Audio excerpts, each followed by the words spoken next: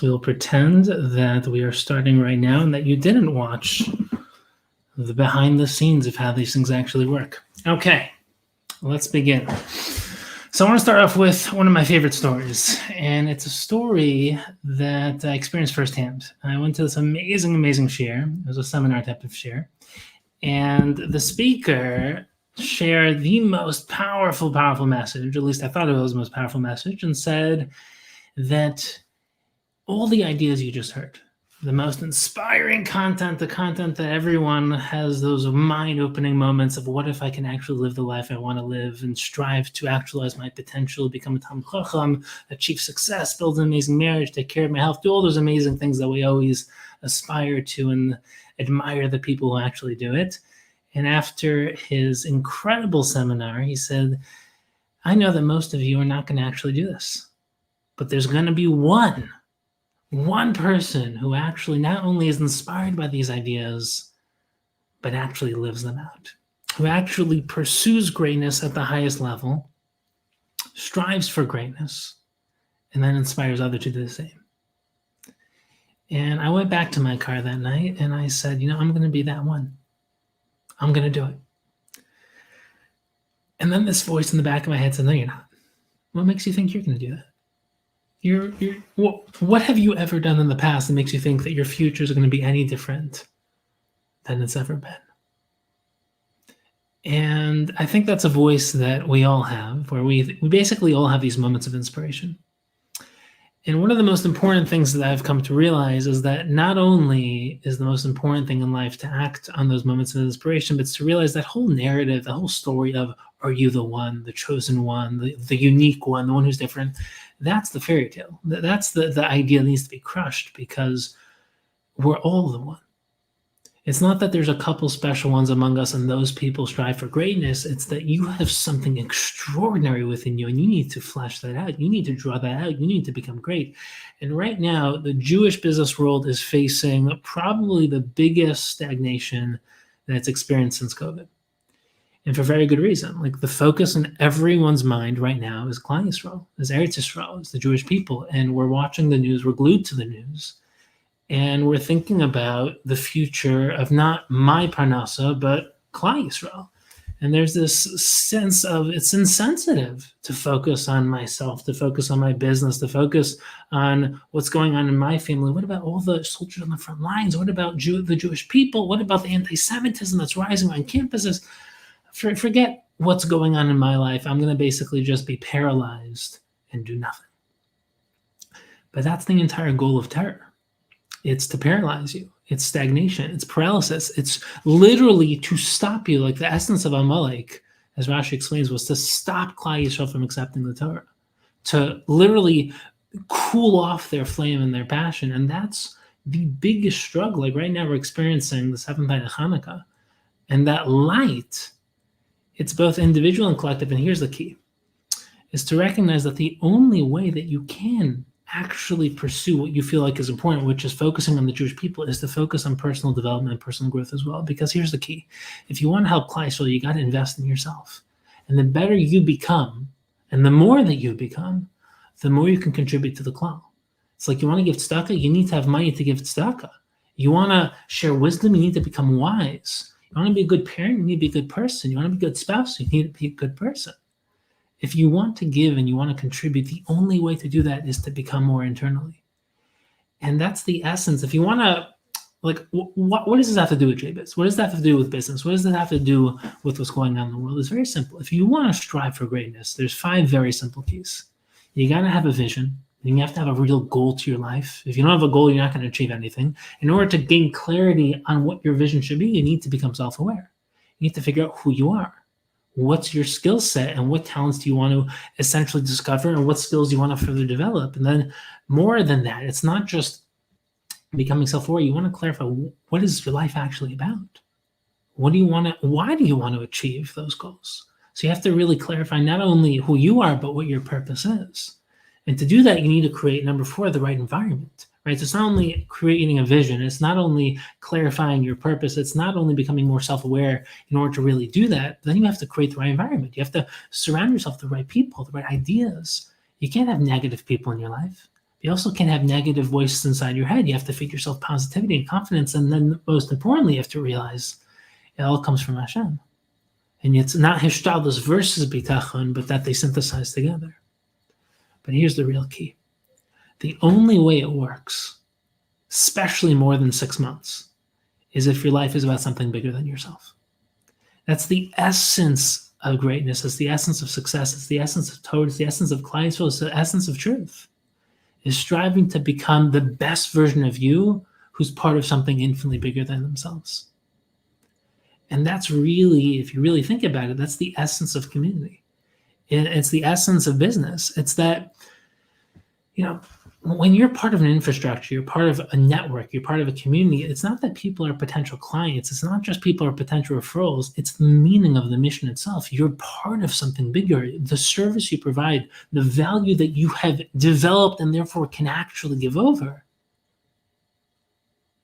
It's only meaningful because you're part of something bigger than yourself. Becoming the best version of you and then not having anyone to contribute to is a lack in the definition of self-actualization, because part of actualizing your potential is actually helping others do the same. And that's the beauty of business. It's the most spiritual way of living life, which is becoming everything that you can be in, let's say, a certain particular area of life, and then contributing infinite value to other people. As you continue to get better, you continue to give more value. And that's really the essence of what we're building at JBiz, which is tapping into the concept of we're stronger together. And if you build a higher level networking infrastructure where quality people are coming together to build our networks, and within the Jewish people building an infinitely more synergistic infrastructure where you not only know more people, but the quality of those relationships are infinitely expanded. And then expanding beyond the Jewish world, where we're able to provide infinite value outside of our infrastructure and community into the global business network, and vice versa, bringing that cash flow into our community. And anyone who's listening live, we're actually going to be giving a discount. You can actually get a 50% discount right now for your tickets. Use the JBiz discount code, just JBiz. But the idea of what we're doing here, and while we've brought Noam Wasserman and Hillel Fold and Jason Pfeiffer and Bob Berg and Dr. Jonathan Donath here tonight, is because we're bringing the best of the best. We're bringing the people who are not only incredibly brilliant, intelligent, kind-hearted people, but people who are really represent the ultimate paradigm of business success and leadership, but they're people who are leaders on the Jewish front who represent, in different capacities, in different ways. That's why there's going to be a range of different types of personalities and speakers tonight. But the people here are of the highest possible caliber. People who run the highest level in terms of institutionally, organizationally, in terms of public impact, in terms of building brands, in terms of really understanding the power of self-actualization, the power of messaging, the power of content, and the power of being part of something bigger than ourselves. So without further ado, I would love to introduce Dean Wasserman. Morty, if we can get Dean Wasserman here. So Dean Wasserman is the Dean of YU Sisum School of Business. He is the author of 2 bestsellers, The Founder's Dilemmas and Life is a Startup. He previously started as an associate professor of business administration at the Harvard Business School, and he also held the position of professor of clinical entrepreneurship at the University of Southern California and the director of USC's Founders Central Initiative. Dean Wasserman, it is an absolute pleasure to have you here. Oh, thank you, Rav Shmuel. Thank you for everything that you do. There's actually a couple of thoughts, excuse me, that you sparked with your opening remarks. You were talking about the 7th day of Hanukkah. Usually what we have is 2 days of Rosh Chodesh. What is Rosh Chodesh? That's when we're emerging out of the darkness into the light. Usually just the 6th day and the 7th day, and then the 8th day is when we are emerging out of the light because it's post Rosh Chodesh. This year, an unusual year, right now it is actually post Rosh Chodesh and we're emerging into the light. Like the moon is coming sooner than it usually does within and so there's some ways in which we need even more light this year. You and everyone else that we have are being able to bring it to the world. And so it just occurred to me as you were talking about the interesting timing that we have in this unusual year of 1 day of Rosh Chodesh rather than 2 days of Rosh Chodesh, and starting the post Rosh Chodesh broadening of the moon a little bit sooner. But also, thank you. You were talking about some of the other people on board and things like that. I think of the people that you're having here as the LinkedIn business Hasbara brigade. Like all of you, like Hillel Fold and CEO Alicia Tropper, like a bunch of people who have really stepped up. They were already contributing a whole bunch to the cloud. And now, since October 7th, that has gotten to a crescendo. Being able to be the arguers online about the ways in which the Israeli army is holding to a higher standard than anyone expects. That there's all sorts of ways in which the mitzvahs, the unity, and all of the things that I think you want us to be talking about tonight have gone to a higher level. You guys are the ones who've been bringing that to the world. And so Yesher Koach for being that brigade, a key part of the army of Hashem, in addition to all the other people who are contributing in other ways.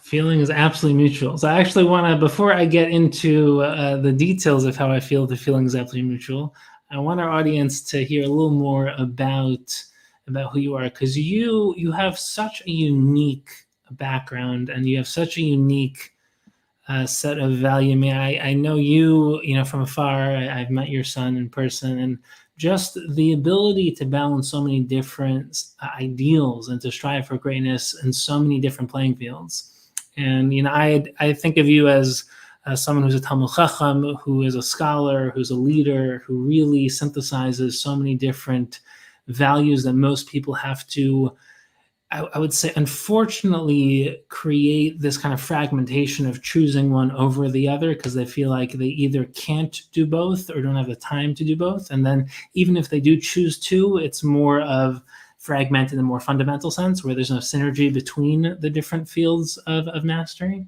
And, you know, especially seeing in recent years what you've done at YU and how you've really tried to blend that world of Torah in a much more idealistic sense.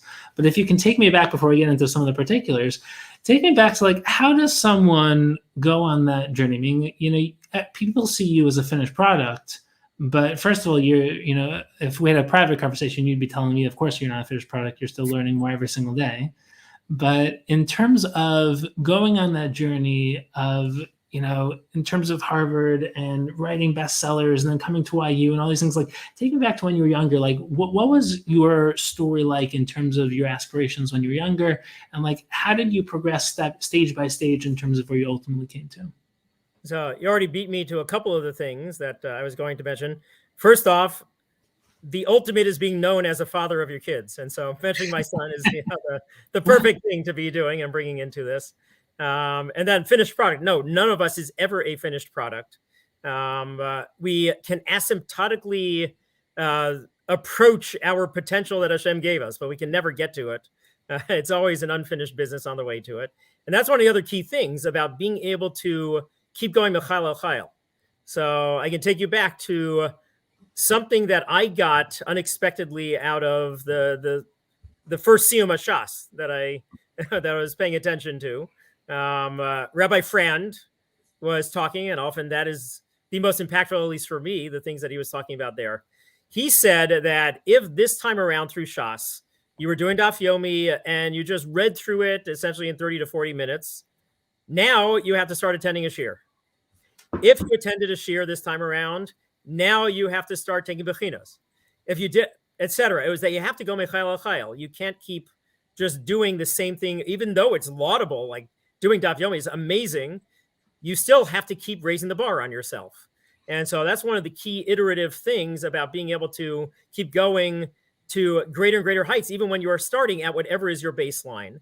And so like the next time around, inspired by Rabbi Frand, I ended up doing 3 passes to reach Daf. Essentially, night before, I'd go through, mark up everything, do my own pass through it. The next morning, I would listen to Rav Aryeh Leibowitz's phenomenal Daf shir. He was my Daf Rebbe Mufak throughout my second cycle. And then the third pass would be like a Chazara pass, a critical thing to be doing, but then being able to do that pass. The next time around, when I finished that round, what I ended up doing for multiple reasons, one, Gomei Al Chayil, but also by doing this, I was able to, on the 100th anniversary of Daf, which was this past Rosh Hashanah 2023, I was able to do my Siyum HaShas to be able to celebrate that world-changing innovation that Rav Meir Shapiro introduced to the world by doing 2 dapim a day. So I did double Daf throughout like that next cycle. But it's where every time around, keep finding ways that you can do the equivalent of in business, what we think about as compound interest. Like if you have every little bit that you keep earning some, over time, it becomes huge. If every round of DAF, you can be able to accumulate more by the time you get to a second or a third round, that you are really hitting on all cylinders in a tremendous way beyond what you were doing before.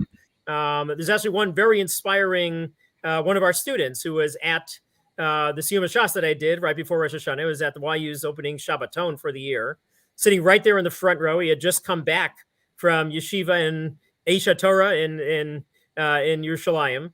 And what he showed me just yesterday was in his Gemara, what he started doing after we talked about this at the Siyum Shas, he had numbered next to each line of the Gemara 1, 2, 3, 4, 5. 1, 2, 3, 4, 5. 1, 2, 3, 4, 5. What he had taken on was, I'm never going to be able to do a DAF right now out of the gate. I'm never going to be able to, take on some huge task, but that should not get in the way of my doing 5 lines a day. And he had put in his ishtadlus for every day since that Siyum before Rosh Hashanah, where he had accumulated multiple dapim of extra learning they had done just with 5 lines a day. And so when we're talking about daf yomi, people focus on the daf part of it. Yomi is the critical thing. Take something every day and do blank yomi, whatever is the thing that works for you the best. And over time, figure out ways to add to it, to go mechayel el chayel. And to me, that's been the magic that has enabled me to be able to accomplish what Hashem has given me to be able to accomplish. That's amazing. That's amazing. So here's my question to you. The good form of compartmentalization is the step-by-step, right? Breaking down the infinite into the finite and taking the infinite staircase and saying one step at a time. But you still need to have a vision. You have to have the bigger, you have to have the Shas vision and then the Daf Yomi as the step-by-step. So when you were younger, granted the step-by-step model is always powerful and always kind of nurtures the anxiety within anyone who starts to have a big vision and then say, okay, step by step. But if you look at your CV, so to speak, and where you've gone, what you've done, what you've accomplished, like when you were 20, when you were 25, what was the vision? Like what were you hoping to accomplish? And then looking back, like how similar did things turn out relative to where you wanted to go? So for better or for worse, there are a bunch of things that I've been intentional about, planned, and things like that. My learning wasn't one of those. So to give you an idea, let's go back to DAF. I did not plan to do that cycle that I started on. I happened to have just moved to Boston. I was this was August of 19, and I was in the Young Israel of Brookline. About to start a challenging MBA program. And there was someone I knew from undergrad, a guy named Simon Wolf. And the DAF was just starting then. And Simon said, do you want to start with the DAF? I'm like, there's no way I could do that as I'm coming into the MBA program. And he said, essentially, just put toes in the water, try it a little bit. What I figured was, I've already learned brachos a couple of times. It'll be an easy one. I can try that. And then when it gets to Shabbos, I haven't done that one yet. Okay, we'll end there. I waded into those waters. I tried out being able to do brachos, went relatively well. I was getting into a mode. I was getting into building habits. I actually have a great story for you later about this past week and building habits and aftos that came from that. So make sure that we're able to get to that. But once I had built it on the training wheels of brachos, that had already gone through a couple of times, then I was able to get into that mode. So it's more seeing Yad Hashem that came through Simon Wolf, seeing like the ways in which you are nudged, and then being able to have ways that you say to yourself, let me try it. And so that to me has at least been that pattern when we're talking about that part of the learning. Amazing. So what I find to be inspiring, even though it's more of a show don't tell, is that you are the dean of a business school. And every answer to every abstract question that wasn't framed as a business or necessarily a Torah question, you've kind of grounded it within your Torah pursuits. And it's something which I find to be inspiring, that you always bring in divrei Torah, Torah analogies, Torah stories to a lot of things that you do. And you are a business leader, and you have become well known for understanding the art and science of entrepreneurship and the startup world and things like that. And when you sign your email, right, it's like, yes, you're a dean of a business school, but here's the link to my YU Torah shiur. You know what I'm saying? So it's like, it's a very powerful form of your identity. And the question I have is, how do you see, in a hierarchical, fundamental, and just personal way, the relationship between the world of Torah and the world of business? This is actually one of the reasons that I came to YU. It's because YU's tagline, Torah Umada, unfortunately, too often it becomes, there's the Torah side of me, and then there's the Mada side of me. To me, the critical thing, and it's right up the alley of what you're asking in that question, is the U, the and between the two of them. That we are stronger if we are not compartmentalizing. You used that word before, the compartmentalization part.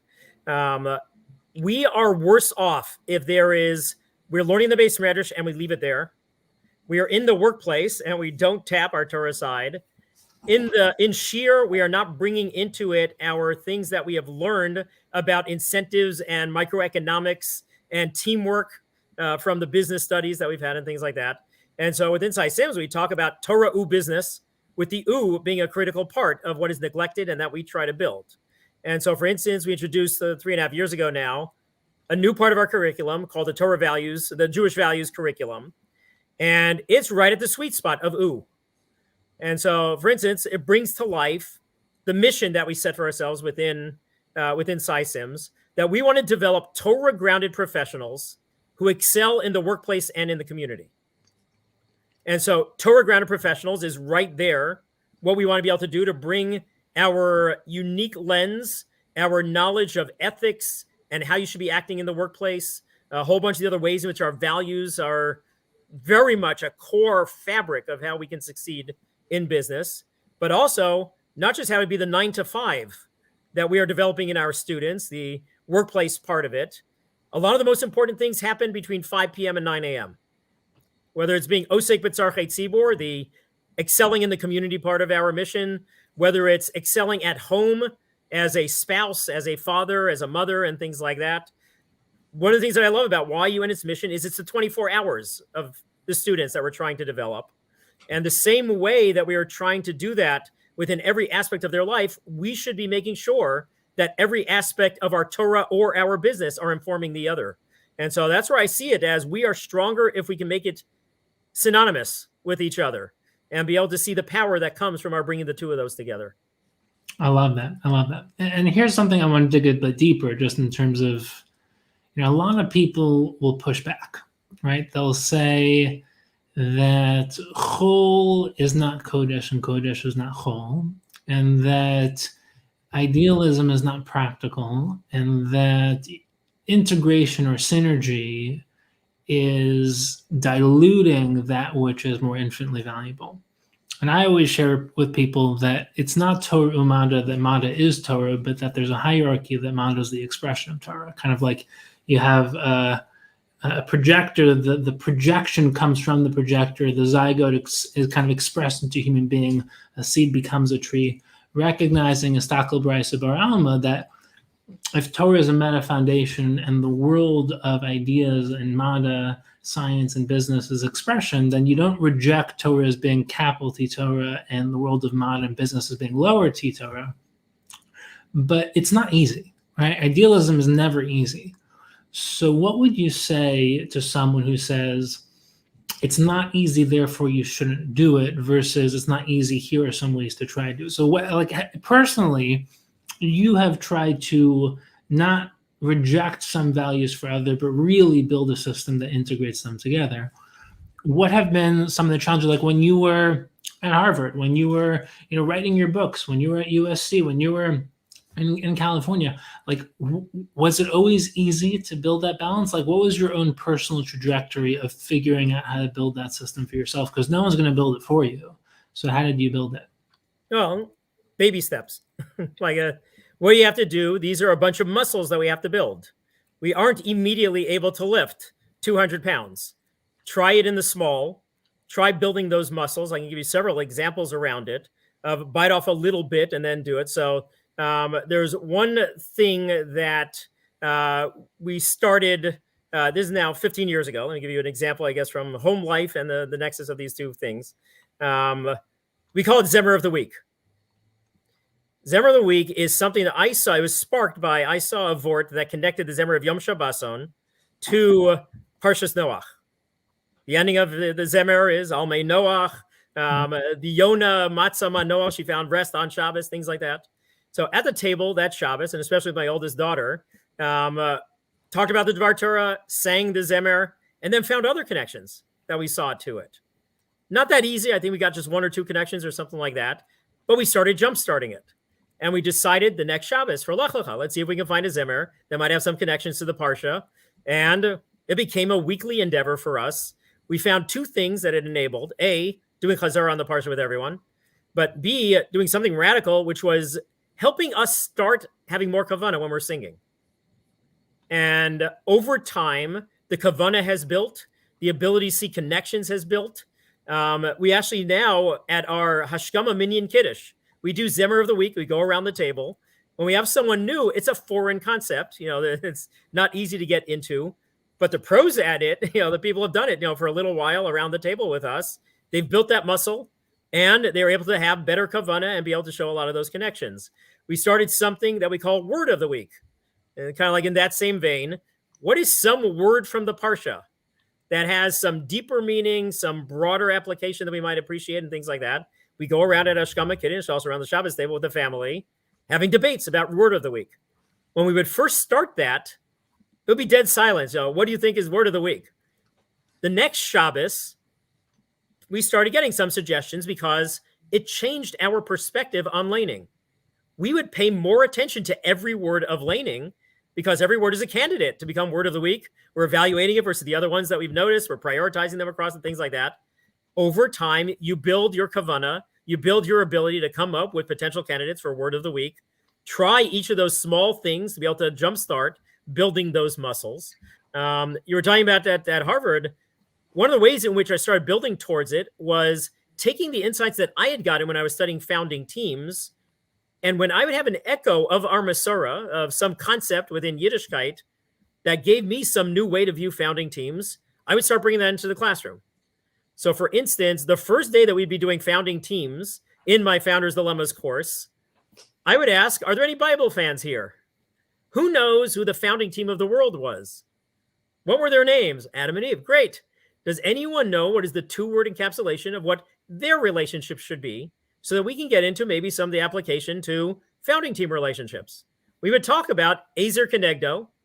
We would talk about what does that mean in terms of the dynamic that you want to have between the two founders? What are the challenges to that dynamic?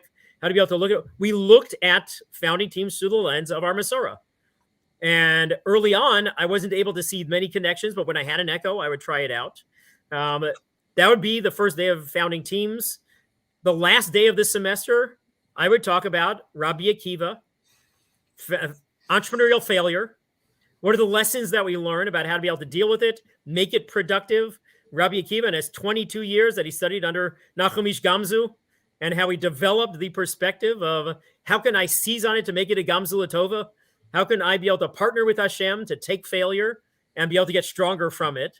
And so try it out. I just tried those early days, 1 day, 2 days, etc., starting to introduce it, starting to bring it into my research. And the Founders Dilemmas book, the longest footnote in it was my first crack at being able to connect this. It's about the size of the boards of directors of startups. The most common size of a board of directors. What do you think in a startup is the most common size of a board of directors? I'm not going to guess because I don't want to seem foolish, but I would say somewhere between 5 and the world-renowned Jason Free is the editor-in-chief of Entrepreneur Magazine, a world-renowned podcast host, one of the most impactful Jews in the business world. I don't know what. And it is an absolute pleasure to have you here, Jason. I guess the most important question I always have for people like you is, was this always vision dream? Like, how did you get started? What's your story? How does a person wind up as the editor-in-chief of Entrepreneur Magazine? Oh, well, first of all, hey, everybody. A pleasure to be here. Thanks for that very generous introduction. And apologies in advance if you hear my kids screaming in the background. So with all that, I have a theory about work and about success. Sorry about that. One of our guests was pre-recorded because he couldn't make it live, and I think that just accidentally started streaming a bit early. But Well, everyone, that was the trailer for the movie. Now you have to stick around to be able to see. That was the teaser for everyone. As you were. Exactly. And so that long footnote, the most common, you were saying 5 or so, which makes sense because that footnote that I got into was about the first Mishnah in Masechet Sanhedrin about decision-making bodies, courts. What are the consistencies across them? A lot of different sizes of courts that the Sanhedrin gets into and things like that. What's the common theme across it? Odd-numbered decision bodies. Well, the most common size of a startup board is 4. Not odd. It causes sometimes gridlock. It causes dissension. It causes problems. Chazal had the insights of don't you dare make it a 4-person board. Make it some odd numbers so you'll be able to come to decisions in the end of it. Those are where I was starting to wade into some of those waters. And the second of my books that you had mentioned, it's a lot more Torah u business. There's a lot more of them that I have in there. Take that mindset, build the muscles over time, and that's how you're going to be able to achieve something that's going to be a little bit more of being able to wed the two of them together. Love it. Love it. So now talking about your books and talking about a lot of your expertise. So you've probably mentioned a lot of good tidbits so far, but one of the questions I have is from personal experience and also obviously in terms of, as an intellectual, as a scholar, what have you found both personally and just kind of from a bird's eye view to be some of the keys to success in both entrepreneurship in general and also when it comes to building a successful startup? Okay, so let me go to, I remember there was the Cheder in Boston, Torah Academy of Boston.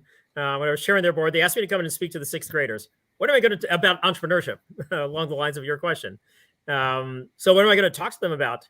Fortunately, I had seen out the window when they were on the playground at recess. And what I walked in and said is, what is the core thing that separates out success from failure in startups? And they're taking guesses about, do they have a product that people want? Other things along those lines.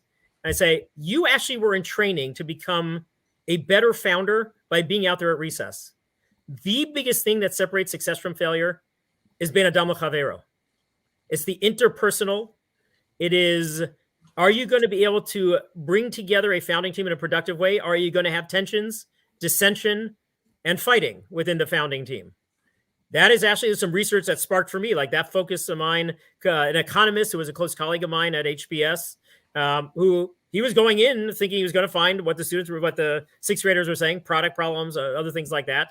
What he found in the end was that 65% of the reasons for failure of startups were the people problems. So you've got, and there's also a key thing of underlying that is the ben adam la'atzmo, the self-awareness, the understanding our biases, our inclinations to look at the rosy picture, to have overconfidence, to have our passion cloud our judgment, to avoid difficult conversations, tune into those ben adam la'atzmo biases, be able to translate that into better adam l'chavero interactions and other things like that. We already talked about Ezer Kenegdo, using that metaphor about building the muscles of how do you fight well as a founder? That's one of the critical things that founders usually avoid, but it's critical to be able to form a stronger founding team of pushing each other. Being the Kenegdo that becomes the Ezer. That's actually the Nitziv's take. It's actually in contrast to Rashi's take on it. Rashi's take is we recoil from the pushback. We say that I didn't merit the Ezer if I got the Kenegdo. The Nitziv says, no, actually, the Kenegdo, if it is taken right and given right, is the Ezer. And so we have to reprogram ourselves to recoil from critical feedback and instead say, thank you for that. No one else was pointing out to me where I was falling short, where I was not reaching my potential.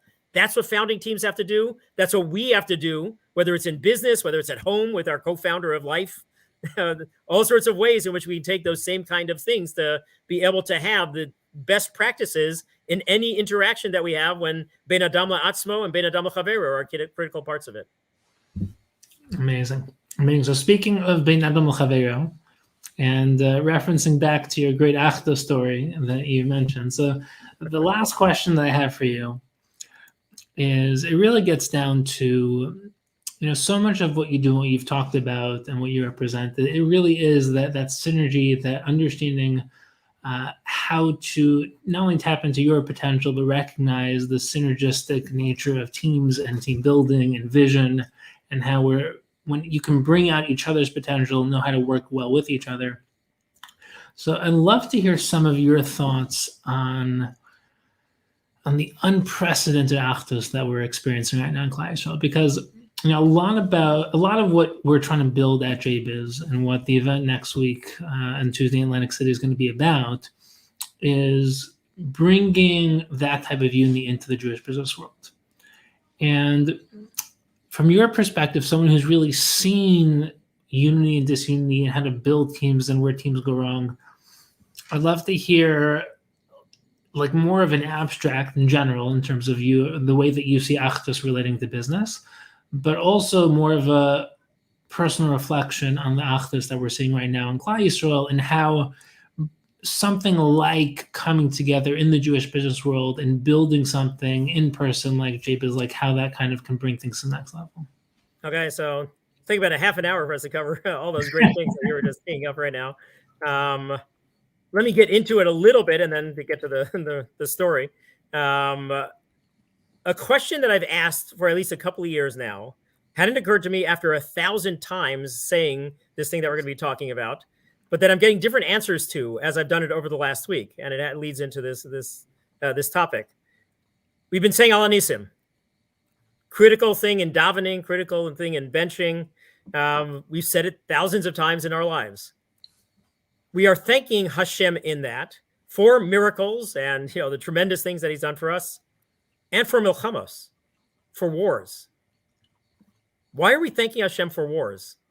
I can see maybe thanking Him for the nitzachon, for the victories, other things like that.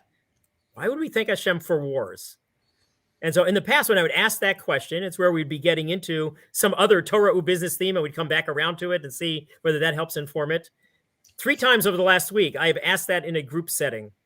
And all 3 times, I have gotten the first answer to be exactly the same. The answer that people have given is, look at the unity that has come from this war. There's all sorts of devastation that we've had, all sorts of things. We would never want to pay that price. But if we pay that price and we don't find a glimpse of the light, we don't find ways to get stronger from it, then it is all devastation and no upside. And so when we thank Hashem for the milchamos, it's when we have partnered with Him to be able to make it into a Gamzeh Latova, to be able to find the added things. And this week, the answer that I consistently am getting is it's the achdus. That is what has come from it in terms of why we should be thanking Hashem. It was all fractious before, and now we've had it in a very, very, very different way. So in terms of this, last Sunday, now 10 days ago, I was going to Tampa. The OU has an annual conference that they asked me to give the keynote address on Sunday night at. And I'm a fanatic about Minyan. And so I first looked at the Sunday morning flights, and none of the ones synced up in terms of being able to have Minyan. So I decided, let me take a look at Motzei Shabbos. Turns out that there was a 6:45 flight that I decided this is worth my taking a chance for me to be able to do Minyan and stuff like that. Ended up catching it. Hashem gave me Kvitza Sadera. There was no line at TSA, no line to board or anything like that. And so made the flight. The problem now is I'm in Tampa. Where am I going to daven Sunday morning? Because the conference isn't starting. And so turns out when we looked around, there were actually 7 people who were there who also needed Minyan. And at first we decided, let's just split into 2 cars, 35 minutes away. There's a Lubavitch Minyan that we can go to. We can be able to do it with that. Then someone said, let me see if I can find 3 Jews. Let's see if we can do a 7+3 Minyan for it. Found them. And so we grabbed a room and we're davening. One of the guys there, early 20s-ish or so, standing there very nicely during davening and stuff like that. I have never had a Lubavitch bone in my body, if you will. But something came over to me at the end of the Minyan. And I went over to him. Turns out his name was Eli. And I said, Eli, would you like to put on tefillin? Eli said, okay. And put on the tefillin. We found 6 things for him to daven. And as we're wrapping up the tefillin and putting it away, I said, Eli, you are so inspiring to have said yes to that and to have done that. There's so many stories now coming out of Eretz Yisrael about the guys who've been called up to the front who were putting on tefillin every day and can't do it now, and about how some people are, trying to do it now for them, like especially, or having them in their thoughts and things like that.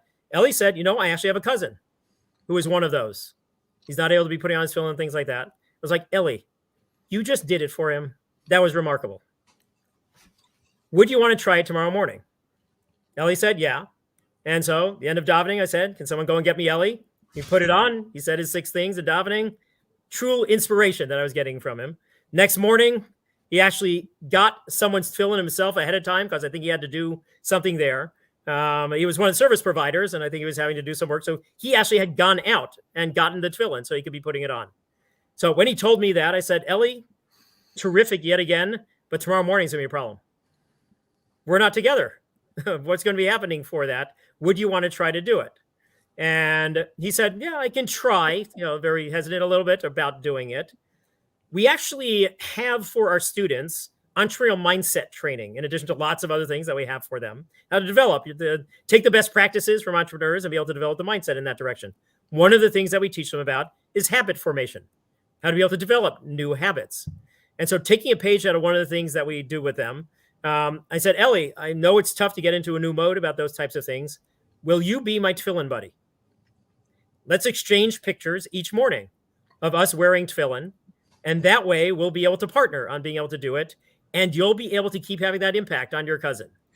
So the next morning, I actually happened to be in Staten Island that morning. And so I took a picture of myself in tefillin. I said to Ellie, good morning, Ellie. Greetings from the young Israel of Staten Island, and included my picture. An hour later, Ellie sent me his picture. The next morning, I was actually in Boston. I sent to him greetings from Congregation Chai Adam of Brighton, Massachusetts. An hour later, Ellie sent me his picture.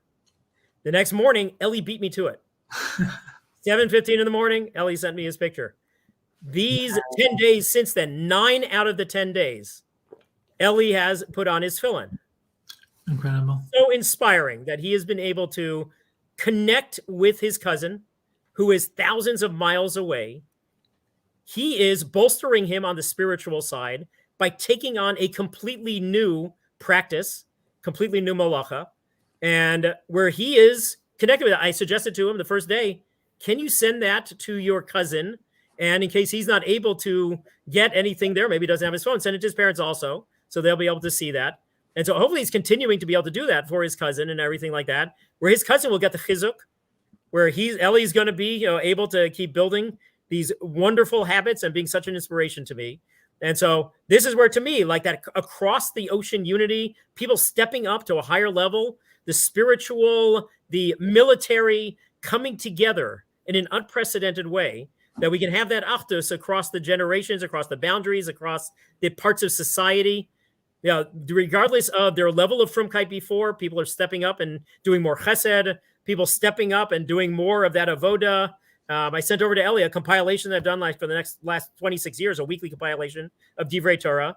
I suggested your cousin isn't able to read to Torah over Shabbos. Pick out one of these, have him in mind for it, and things like that. Like being able to build little pieces on the way to it. And so to me, that's my highlight of the last 2 weeks, was getting to know Ellie, being able to have him inspire me to have even more kavanah and be able to think more about the Chayalim and all the other people who are doing things in Eretz Yisrael. So that's my own little piece of the last couple of weeks. Amazing. Inspiring beyond words.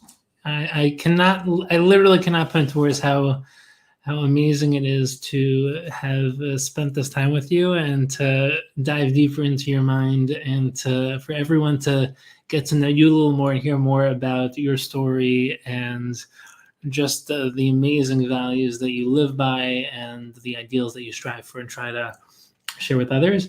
If you can give one message to someone who either doesn't really see the value of business events and Jewish business events, or does, but is kind of like on the edge and kind of like everything's going a little crazy right now in the world, and they're thinking of just kind of waiting until the next one, like what would you tell people in terms of the value that you see of these types of events? So I think the value comes in at least 2 forms. One is the tochen, the knowledge that you gain, whether it's by learning Mikol Adam, or whether there are sessions that you're able to take best practices away from. Finding a single gem from a conference can be huge, and then apply it to there. So there's the tochen, and then there's also the achdus and networking that comes from it. I was just at that conference that I was mentioning in Staten Island. Someone came up to me, a YU alum, we're comparing notes, and he said, last year out of this conference, I hired one of my best hires. I did not expect to meet anyone at the conference that would become that, but it's turned into a key member of my team. And so the ways in which those connections, also I saw at the conference, some people I hadn't seen in a year. We can catch up. We can be able to see ways. Sometimes it turns into, well, let's drop each other a line as we come out of this conference and be able to deepen it by getting a one-on-one and other things along those lines. But if you get even one of tochen and achdus, the networking and things like that, you're golden. If you get both of them, if the conference is good at being able to foster it, there's no better way to be able to spend that kind of a day. Amazing. Could not have said better myself. Dean Wasserman, thank you so much for joining us. It has been a zechus, a pleasure, an honor. And for anyone who hasn't heard Dean Wasserman's lectures and shirim, all the amazing things that he does, definitely worth pursuing because he is literally an endless fountain of wisdom and knowledge. Thank you so much for being with us, Dean Wasserman. Thank you. Atzlacha Rabba with all your great efforts. Thank you.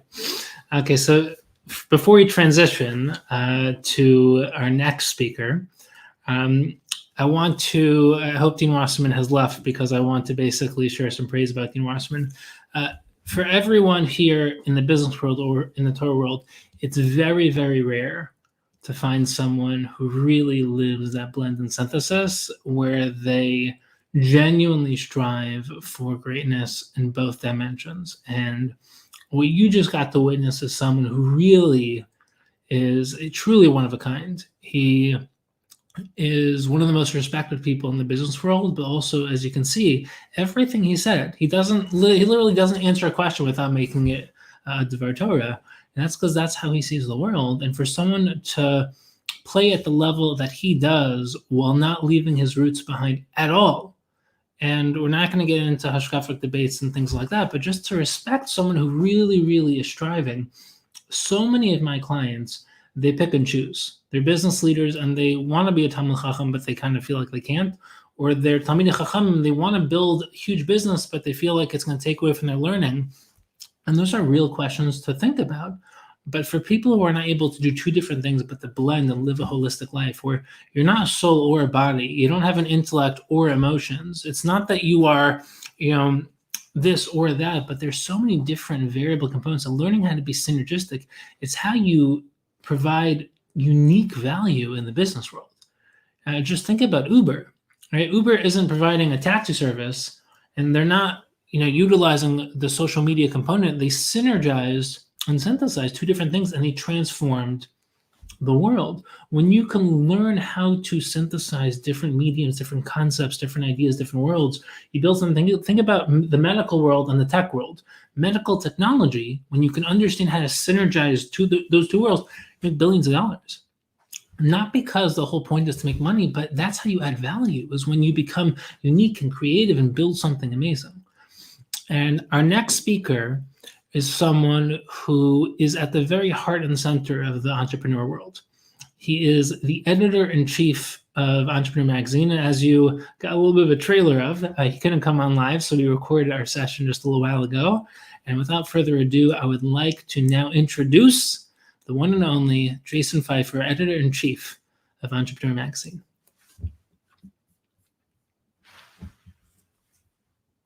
The world-renowned Jason Pfeiffer. He is the editor-in-chief of Entrepreneur Magazine, a world-renowned podcast host, one of the most impactful Jews in the business world. And it is an absolute pleasure to have you here, Jason. I guess the most important question I always have for people is, was this always the vision and dream? Like, how did you get started? What's your story? How does a person wind up as the editor-in-chief of Entrepreneur Magazine? Oh, well. First of all, hey, everybody. A pleasure to be here. Thanks for that very generous introduction. And apologies in advance if you hear my kids screaming in the background. So with all that, I have a theory about work and about success, and I'll tell it to you, and then I'll use it to answer the question that you just asked me. The theory is work your next job. I believe that in front of you right now, in front of me, front of us all, there are two sets of opportunities: opportunity set A, opportunity set B. Opportunity set A is everything that's asked of us. So we show up to work, whatever that is that we do, whether we are running our own business and we are meeting the expectations of our customers, our clients, or we are working at a company, we're meeting the expectations of our bosses. There are things that are asked of us, and we have to do a good job. And that's opportunity set A, do a good job at that. But then there's opportunity set B. Opportunity set B is everything that's available to you that nobody is asking you to do. And that could be at work, joining a new team, taking on new responsibilities. It could be outside of work, where let's say you like podcasts and you decide to start a podcast, or taking a course in something. Whatever the case is, my argument to you is that opportunity set B is always more important, infinitely more important, because if you only focus on opportunity set A, which is important, let's be clear, we have to do a good job for the people who expect things of us. But if you only focus on that, then you will only be qualified to do the things that you're already doing. But when you focus on opportunity set B, that's where growth comes from. That's where you create future opportunities by investing in new ideas and skills now. I tell you all that because that is functionally what I've done throughout my career. I didn't have the language for that at the beginning, but I started as a community newspaper reporter. I graduated college and started for a tiny newspaper in north central Massachusetts called the Gardner News, circulation 6,000. I was making $20,000 a year. And I didn't know exactly what it was that I wanted to do, except that I wanted to grow. And so I kept putting myself in situations to grow. I started to do freelance work. I tried to teach writing. I eventually went on to make viral websites. And then I started podcasting. And in each case, what I was doing was really drawing new lessons and new experiences and new understandings of audiences and refining what it was that I was doing. I talked to Malcolm Gladwell a number of years ago, and he said, self-conceptions are powerfully limiting. If we have too narrow an idea and an understanding of who we are and what we do, then we'll turn down all these opportunities around us. I couldn't have begun to guess what I would end up doing. I never even heard of Entrepreneur Magazine at the beginning of my career. It turned out to be an incredible opportunity. It had launched so many things for me. And I got there by continually pursuing opportunity set B. Opportunity set B is the reason I can talk to you right now, because I was doing video camera work, even though I had no idea what it would do for me. But it taught me how to talk on camera. It taught me how to speak like this in an engaging way. And all of that creates the opportunities that you will never, ever see coming, but that turn out to be exactly what you wanted. I love that. I love it. So I'm going to dig a little deeper just because I love Sure. the framework. What were, I would say, the top 2 or 3 transition points that were those opportunity Bs that you kind of, either created your own opportunities, took advantage of opportunities that you wouldn't have necessarily thought yourself capable of doing? Like, what were some of those key points that you can look back and say, like, I'm really glad I built that type of mindset? Yeah, so it's a great question. For one of them is actually what I referenced there just a minute ago with video. I was at Fast Company and I was a print magazine editor. I was a senior editor, which is kind of like a middle management editor. And there was the magazine started building out a video team, and they asked if any editors wanted to get on camera. Nobody did. I volunteered. I didn't know what I was doing at all, but I just thought it would be interesting. It would be a good experience. And it really, really was. I started to do very regular video series. We did some traveling, and I got some hosting experience. And the thing that I took away from it most was, number one, it gave me an opportunity to learn. I learned from a guy named Scott Mebus, who was the director at the time. And Scott would watch me, and then he would give me feedback that I've just internalized into what I'm doing right now. Even the way that I'm trying to be animated in my face, for example, as I'm talking, is something that Scott just told me. The reason I'm wearing this shirt right now is because Scott told me, I asked him once what I should wear on camera, and he said, wear whatever makes you comfortable, because your comfort is what people will see. They won't see your clothing, they'll see your comfort. So I like t-shirts. I wear t-shirts now on camera. I wear t-shirts when I'm on stage. I wear t-shirts on TV because it makes me comfortable, and that makes me better at doing my job. And that's not information I would have gained had I not put myself in that situation. And then years later, when I applied to be editor-in-chief of Entrepreneur Magazine, I was the executive editor at the time, and then the editor-in-chief left. One of the reasons that the CEO and president liked me is because they saw that I had this video experience and I could go out and represent the brand well. That was important to them. That, again, is not something that I would have had I said, I don't know what video is for. The other one is when I became editor-in-chief, something weird happened, which was that people started to treat me, weird to me, people started to treat me not as an editor, which is how I had been treated my whole career as a journalist, as an editor. They instead started to treat me as an authority on entrepreneurship. And I was honestly deeply uncomfortable with that role. I didn't know how to live up to that. I had always seen myself as a behind the scenes kind of person who directed editorial and would work with writers. And now they're doing what you're doing right now. They would bring me into these things and they would ask me these big questions and expect that I have some answers that could be useful to people. And I didn't. And I felt like I was at a crossroads. I could either turn down those opportunities and say, you know what, it's not for me. What I am is what I am. Or I could say, let me figure out how to meet people's expectations. Because on the other side of that, I think, is probably great opportunity. I spent years figuring out everything that you're seeing right now. How to talk, what my perspective is, what are my big ideas? How do I marry my big ideas to insights and experiences? How do I share them? How do I understand the audience that I'm speaking to? Once I figured that stuff out, new opportunities, new lines of business started opening up for me. I now have a robust speaking business. I put out this book. I have a whole bunch of ways that I'm making money for myself outside of Entrepreneur, but very complementary to Entrepreneur, because I pushed myself to rethink who I was and how I could evolve into matching the moment. I love that.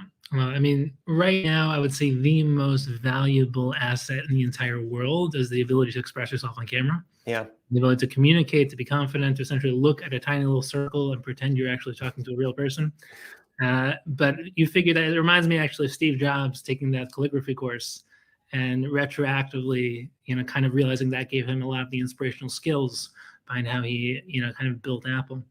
So one of the questions I've actually heard you answer before, I loved your answer, so I'm going to ask you here. Sure. You're the editor-in-chief for Entrepreneur Magazine, and the word entrepreneur, it gets thrown around a lot. Yeah. And, I would say one of the biggest mindset issues that people have is they have this mindset of, I'm not an entrepreneur. And I guess there's a twofold question I'd love to hear your thoughts on. Number one is how would you define an entrepreneur? And number two is it something that you're born with, or is it something that can be taught?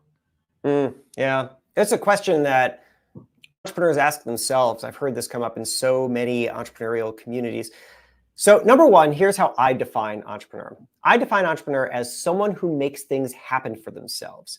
And the reason I like that definition is because the word has become embraced by such a wide range of communities, of people who are more traditional entrepreneurs who are starting their own businesses, but also by intrapreneurs, by side hustlers, by young people who just know that they aspire to more than maybe their friends do, or they see in themselves the ability to create and grow. This is true, I got an email from like a high school freshman or sophomore or something, asking my advice on what to do about all the wannabe entrepreneurs at her high school, because she's a real entrepreneur. She hates all the I mean, that's just fascinating. And I want to embrace and speak to them all, because I think that entrepreneurship, the most important thing about it, isn't really that it's a set of business principles or that it's a particular path. It's a way of thinking, and we can all benefit from that. That's how I connect to this ecosystem. Business is not just a series of tactics. I mean, look, you can operationalize anything, but if you don't have the heart and the soul, if you don't understand people, if you're not willing to put yourself out there as a human being connecting with other human beings, you're going nowhere. And so I want to celebrate human capital, potential, thinking, and that's why I use the term entrepreneur so broadly. For people who aren't willing to use that label for themselves, don't feel confident with it, look, I would say if anything that I just said to you gives you the comfort to embrace it, then that's wonderful. If not, that's okay too. You don't need it. I mean, we don't need labels. We don't need to define ourselves in specific ways. Instead, what I would do though is really encourage you to connect with other people who do identify with the word entrepreneur and start to absorb their way of thinking and start to have meaningful conversations with them about how problems get solved, about the greater challenges that you're facing.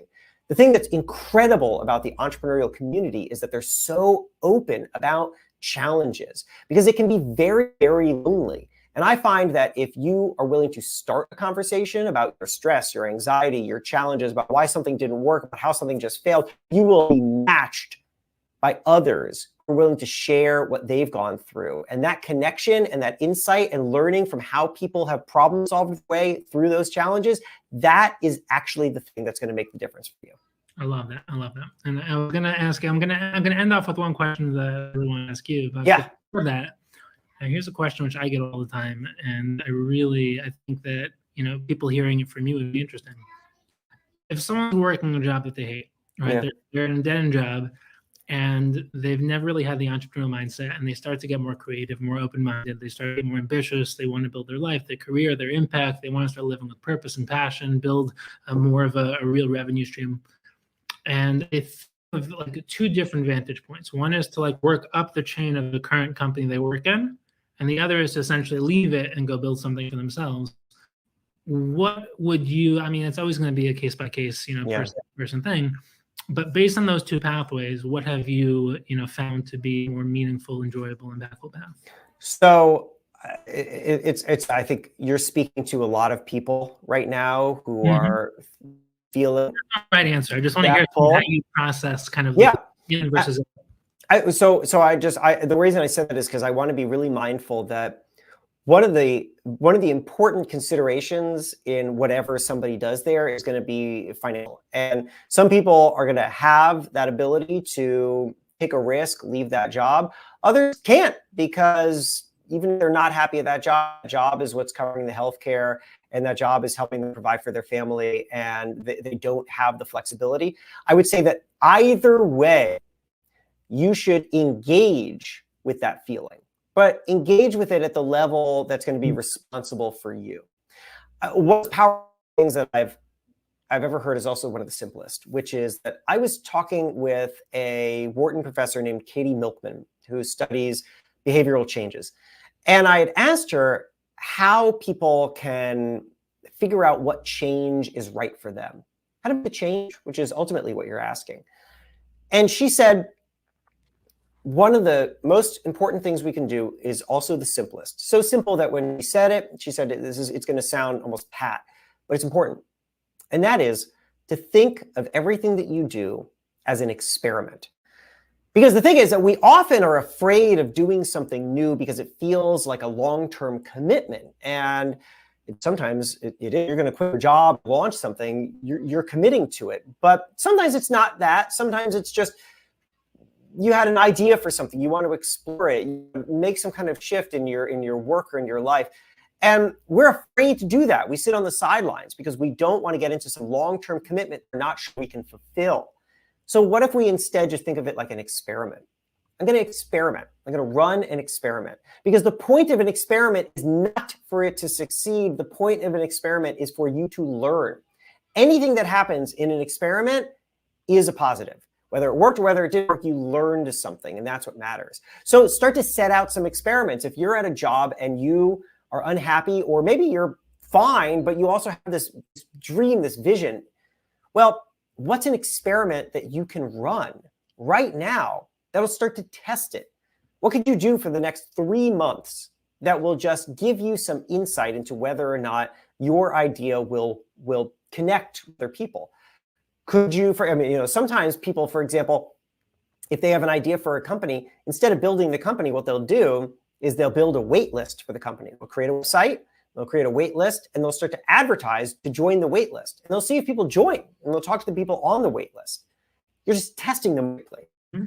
There are so many things that you can do right now. that don't require massive changes in your life and massive financial risks, that instead you can just treat like experiments. Set a time frame, set an idea, and set some kind of expectation. After 3 months, I should have this. If I don't, then maybe this wasn't the right idea, or at least I need to radically shift the idea and then run another experiment. The more we can start to think about what we do as just data gathering, it's never failure, it's always data gathering, the more we can feel emboldened to just explore beyond our bounds, which is really the whole point. I love it. I love it. So I'm going to end off with one question, which I'm going to ask you to dig deep here. Yeah. Someone's 10, 20 years behind you, and they see you as an inspiration, and they want to build something for themselves. They want to build a real career, a real impact, a brand. They want to share their voice, their message.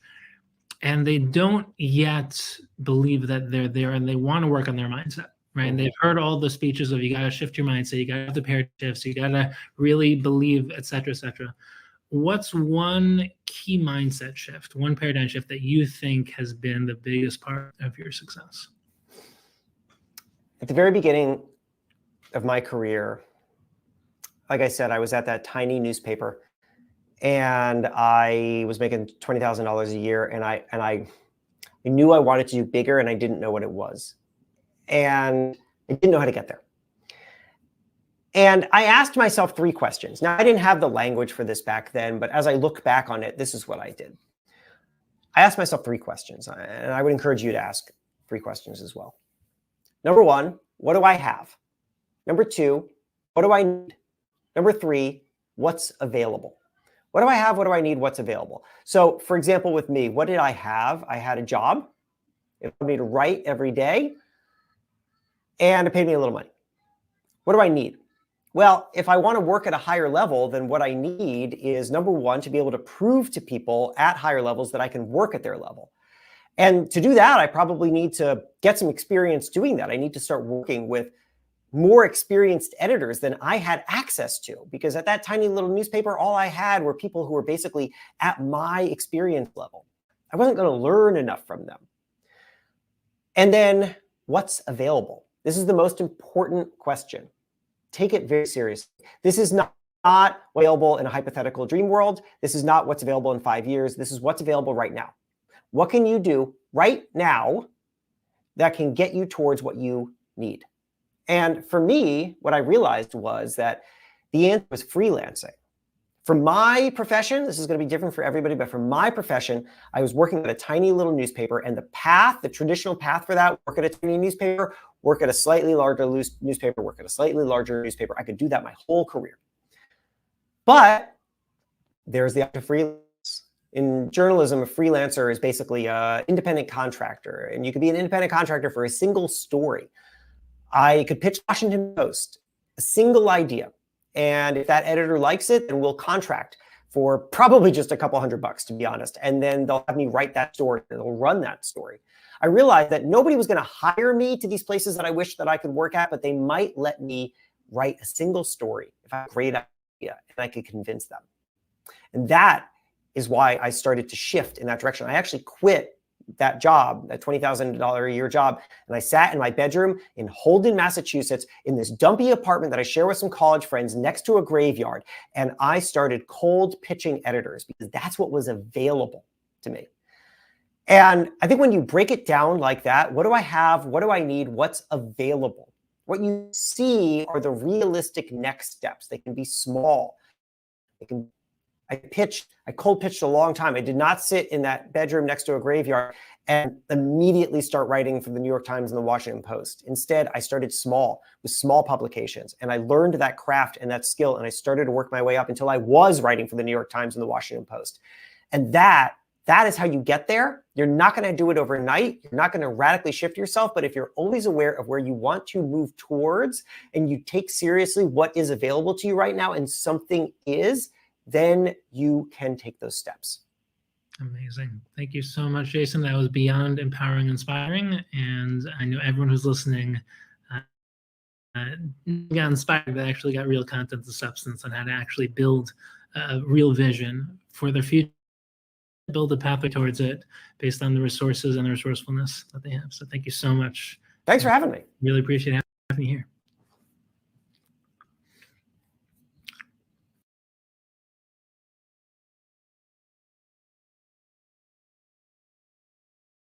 Pleasure now to introduce an incredible person. He's a Hall of Fame speaker, best-selling co-author of the Go Giver book series, and a leading authority in influence and referral marketing.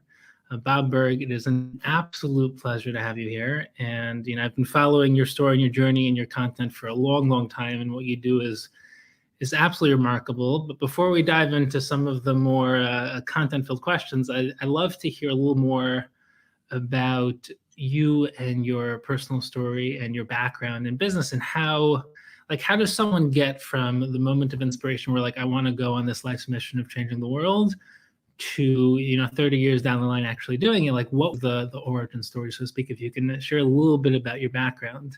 Well, thank you. And thank you. It's a pleasure to be with you, Reb Shmuel. And really, I'm not sure the story is anything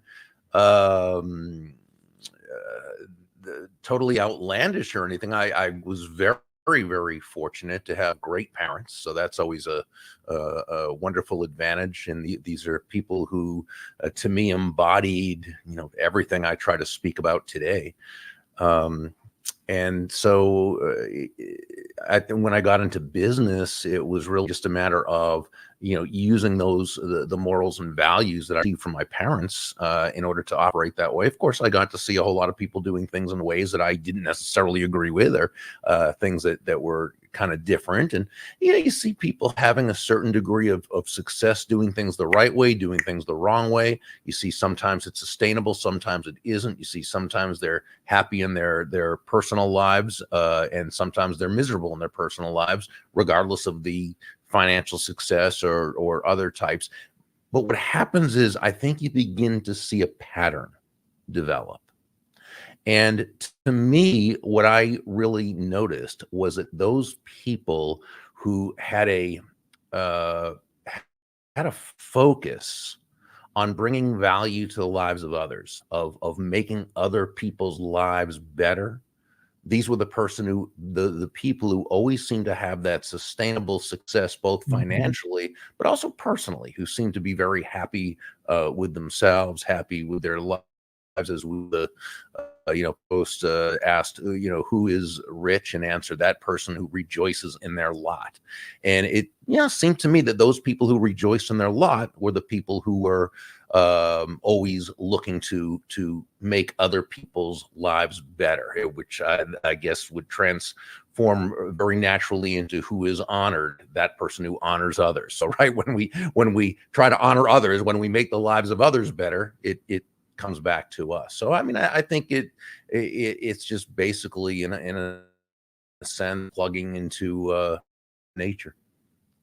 So that's a very powerful answer. So I'm going to push a little further. I'm always curious in terms of nature and nurture, having amazing parents, having a good background, being exposed to the right types of people, the right types of ideas. You definitely see different models of success, short-term and long-term, in the business world.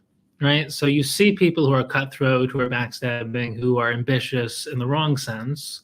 And then you see people who are, magnanimous, giving, transparent. They're trying to make a difference. But a lot of people who are givers, definitely in the short term, do not necessarily succeed. And it's inspiring to have the moral clarity to be inspired by those who succeed doing it the right way. But it's so easy to also see those who succeed doing it the wrong way, and then to kind of take the easy path. So I'm curious if you had any experiences or any kind of paradigm shifts or kind of turning points where you can look back and say, that conversation, that mentor, that experience, that really shaped a lot of how I think, and what kind of gave me the permission to go down a path that's, I would say, is less taken. Is there something that kind of clicks when it comes to that type of question?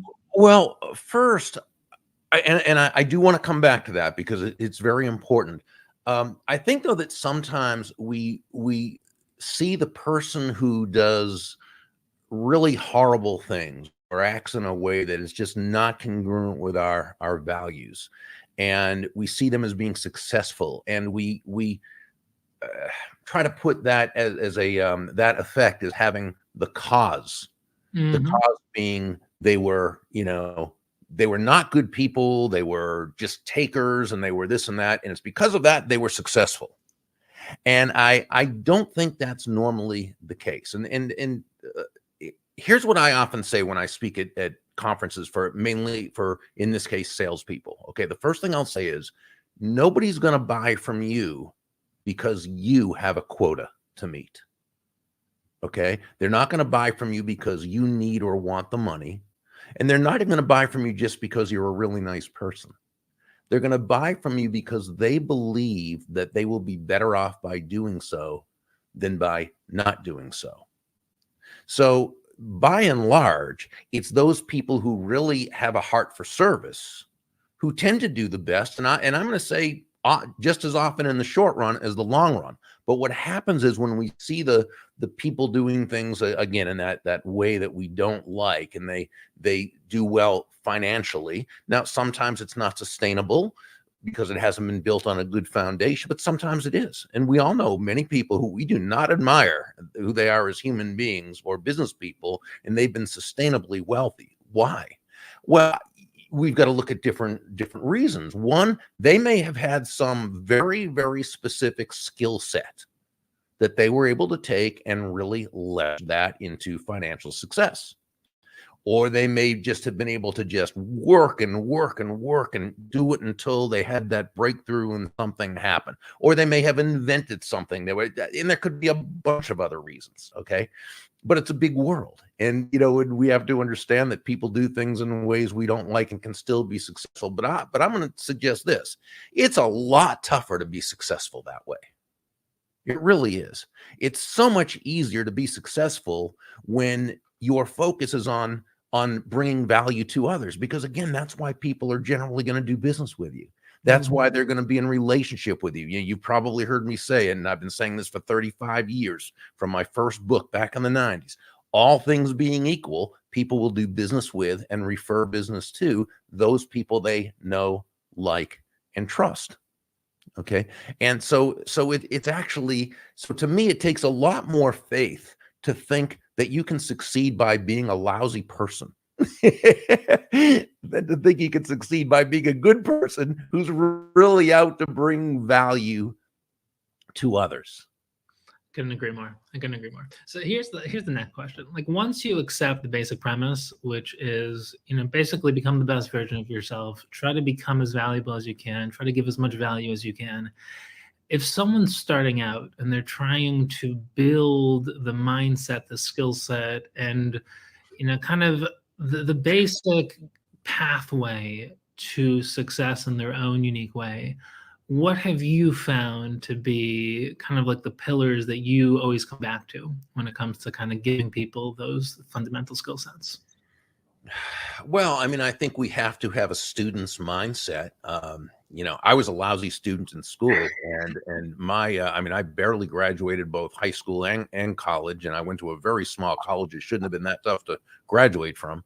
I didn't start becoming a student until I got into sales in my mid-20s, and then I started reading all the books that I could get my hands on, and I became fascinated with not only sales in terms of the how-to aspect, but the personal growth aspect. That was something for me. That's where I really saw. So I started reading all the great classics, the How to Win Friends and Influence People, and Think and Grow Rich, and As a Man Thinketh, and Og Mandino's Greatest Salesman, all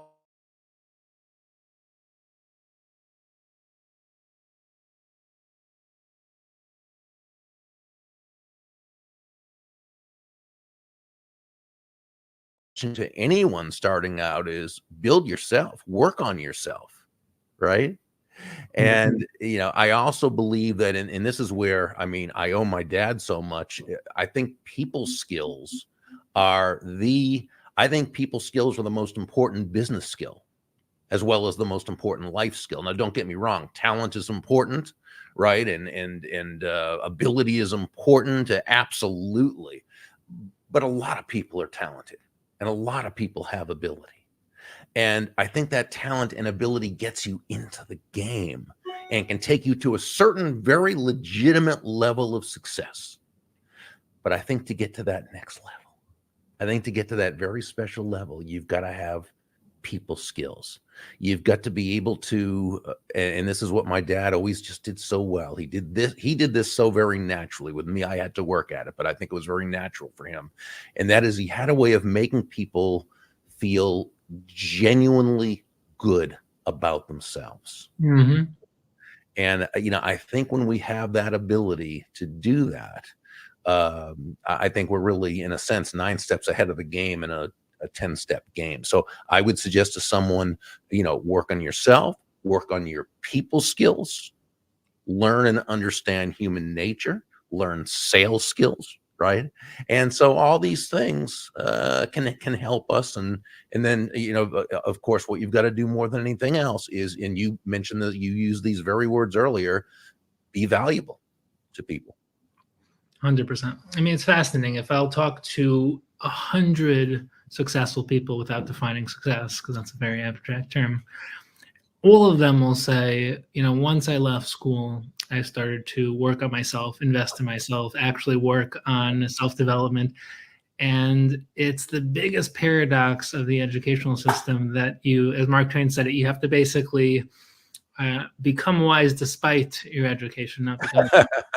Right. And it's the saddest thing that self-development, high performance, confidence, leadership skills, building a vision, building identity, all of the things that it takes to build anything worthwhile with your life are things that you have to do despite education and not because of it. Yeah. It's the saddest thing, which I think we'll leave for another topic. But I guess the last question I have for you, and this is it's something which I think there's multiple levels of this question, which is I want to focus on, a lot of what we're doing in terms of building to JBiz is building a place where people come together. It's a place of unity in business, unity in community, people who want to become stronger together, become part of something bigger than themselves. And I guess I'd love to hear your thoughts on the importance of unity and community in business in terms of business success, but also, on a personal level, you've spoken a lot lately in support of Israel, right? And to be an advocate, to support, to take a stand on anything when it comes to, I've spoken to countless business leaders who have stayed out of not only this, most recent global question, but politics in general, just because they see it as a lose-lose, which is that essentially, if you take a stand, you alienate people, and you essentially, you might build a couple bridges, but you burn a lot more. So kind of stay out, keep morality, keep truth, keep what you believe in outside of business success. Mm-hmm. And you've been a very vocal voice in support of Israel and support the Jewish people in their time of need. So I'm curious, before we get into the importance of community and unity and moral clarity and truth when it comes to business success, what inspired you to take that stand and to put a lot on the line in terms of your brand and your business, your credibility, your reputation, to essentially say that this is what I believe in and I'm proud of it and I'm going to stand up for it? Yeah. And first, before I even begin to answer that, Baruch Hashem, thank God for Hillel Fuld, who has been putting out the videos that has, I've utilized other ones and I've made my comments and my, introductions to it, but probably 90% of the videos that I've put out have been from Hillel. And my goodness gracious, he has just done a miraculous job. So first, in terms of unity, which you asked about first, in his magnificent book, Influence, which was subtitled Science and Practice. Now he's gone back to the original title, well, can't see the title from the book right there, but the subtitle from the book. But actually, I'm going to have to. The Psychology of Persuasion, which was his original title back before he changed it. He updated, Robert Cialdini updated it in back a few years ago. And so he used to have 6 areas that he looked at as far as what caused people to, really want to work with you, want to, influence. We can define on a very basic level, my definition anyway, who knows if it's the right one, but I define influence on a basic level as the ability to move a person or persons to a desired action, typically within the context of a specific goal, which might mean how they think, feel, act, what have you. When it's persuasion, it's positive. If it's manipulation, of course, it's negative. But he had these 6 elements of such. He added another element about 3-4 years ago when he updated his book, when he revised it, and that is unity.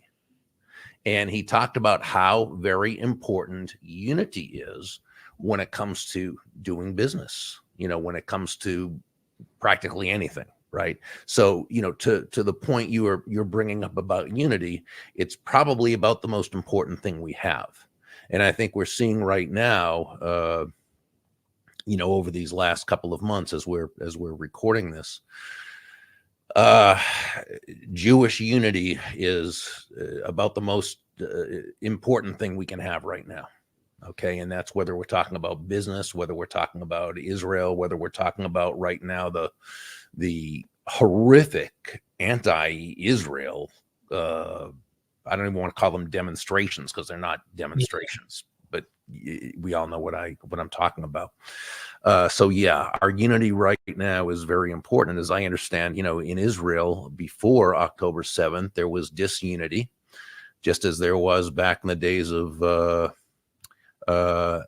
the other Hillel, that sage, and there was disunity back then, and often it's said that was the cause of the destruction of the Second Temple, baseless hatred or disunity. Okay, I think as Jews, what we've seen, we're so few in number, and we're all mishpacha, we're all family. Okay, so I think unity is something we've got to get past any differences that we have. It doesn't mean we shouldn't argue. We're Jewish. We're going to argue with each other. But we need to, in terms of understanding that we are one family. We've got to, to me, it's so vitally important. There's not a whole lot more I can even say about that.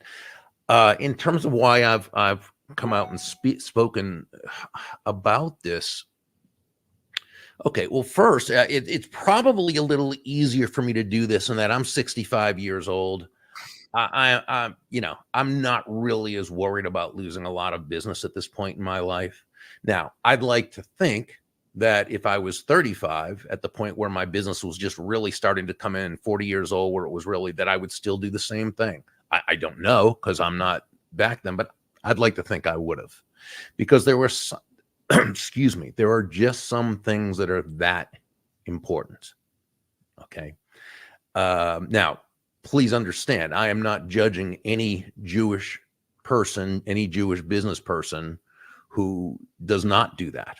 Okay. Because again, they have their own reasons. They have their, concerns and so forth, and they've got to do their own kind of look at, is this something that I should be doing or not? But I'm just saying, for me, I hold the Jewish people as such an important part of my life that I could not see not speaking out about it. I personally define happiness as, and the dictionary definition of happiness is the mental feeling of well-being. And I think that's a great definition. I take it a little deeper. I define happiness as a genuine and ongoing feeling of joy and peace of mind, the result of living congruently with one's values. Okay. So if you hold something as a high value and you're living that value, the chances are you're going to be happy. Now, right now, there's no real joy. Okay. I mean, that's not what I'm talking about. I'm not talking about the joy of, hooray, things are great. Obviously right now, this is tragic. But what I am saying is it's really, in a sense, quite selfish of me to be doing this, right? Because I wouldn't feel good about myself if I didn't take a stand for Israel. That's powerful. And I think that really actually brings home your entire philosophy of business, which is that a lot of people think that in order to get, you need to take. When in fact, when you become a fundamental giver, in order to become a giver, you have to have something to give. So when you invest in yourself, you become someone valuable, someone who can make a difference. That's how you can essentially give infinite value and then receive infinite value. That's the whole referral system concept. That's how you essentially become valuable. But it's the same thing when it comes to living in alignment with truth, that you don't lose anything, you gain everything. And that it's not that by giving up everything for the truth, you lose everything, but live in alignment with values and truth. But by giving everything up and kind of devoting yourself to something bigger than yourself, you actually get everything that you thought you were giving up.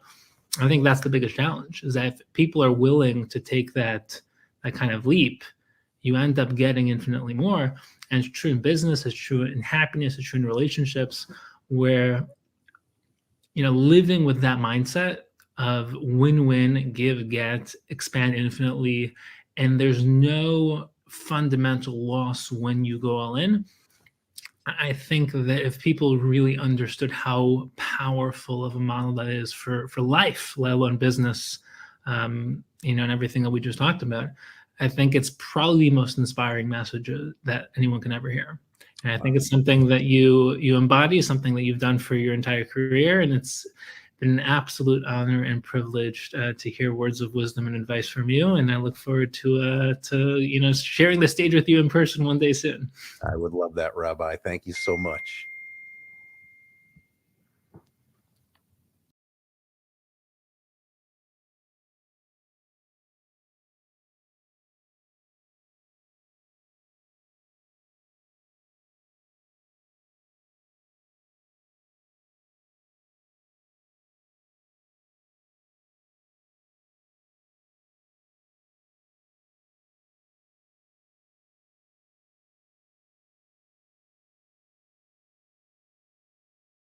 I have the pleasure of introducing the one and only Hillel Fold. He is Israel's top marketer, as well as the leading voice right now in Israel advocacy. And Hillel is literally a living legend. And there's basically two versions of Hillel. There's the pre-October 7th Hillel, and there's the post-October 7th Hillel. Same exact person, except expressing his infinite kochos in very different ways. So I want to break this down to two parts. I want to first focus on the pre-October 7th you, the version of you that everyone knows, knew, and essentially is also the legendary Hillel Fold. And then I want to transition to your transition, where you've basically taken on one of the most daunting, inspiring, and life-changing responsibilities of being a voice of reason and light in this darkness, and being someone that literally everyone, leaders and laymen alike, look to for inspiration, for just basic decency and human logic, and kind of just seeing through all the chaos and craziness going on in the world. So let's start with the pre-October 7th Hillel. You are one of a kind. Like, there is no path to essentially become you or do what you've done. At least that's what people think.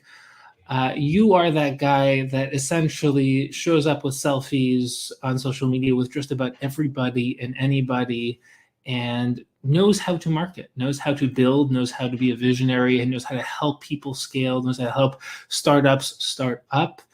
And the question I have for you is, can you take us back? I know you have your story, you have an incredibly inspiring and sad, story when it comes to your brother. There's so many parts of your story.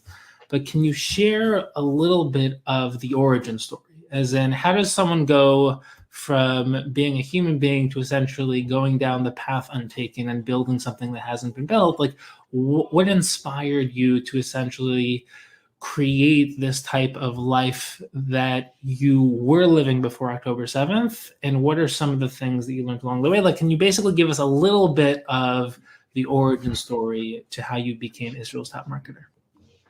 First of all, with all that, those kind words, your check is in the mail, man. Holy moly.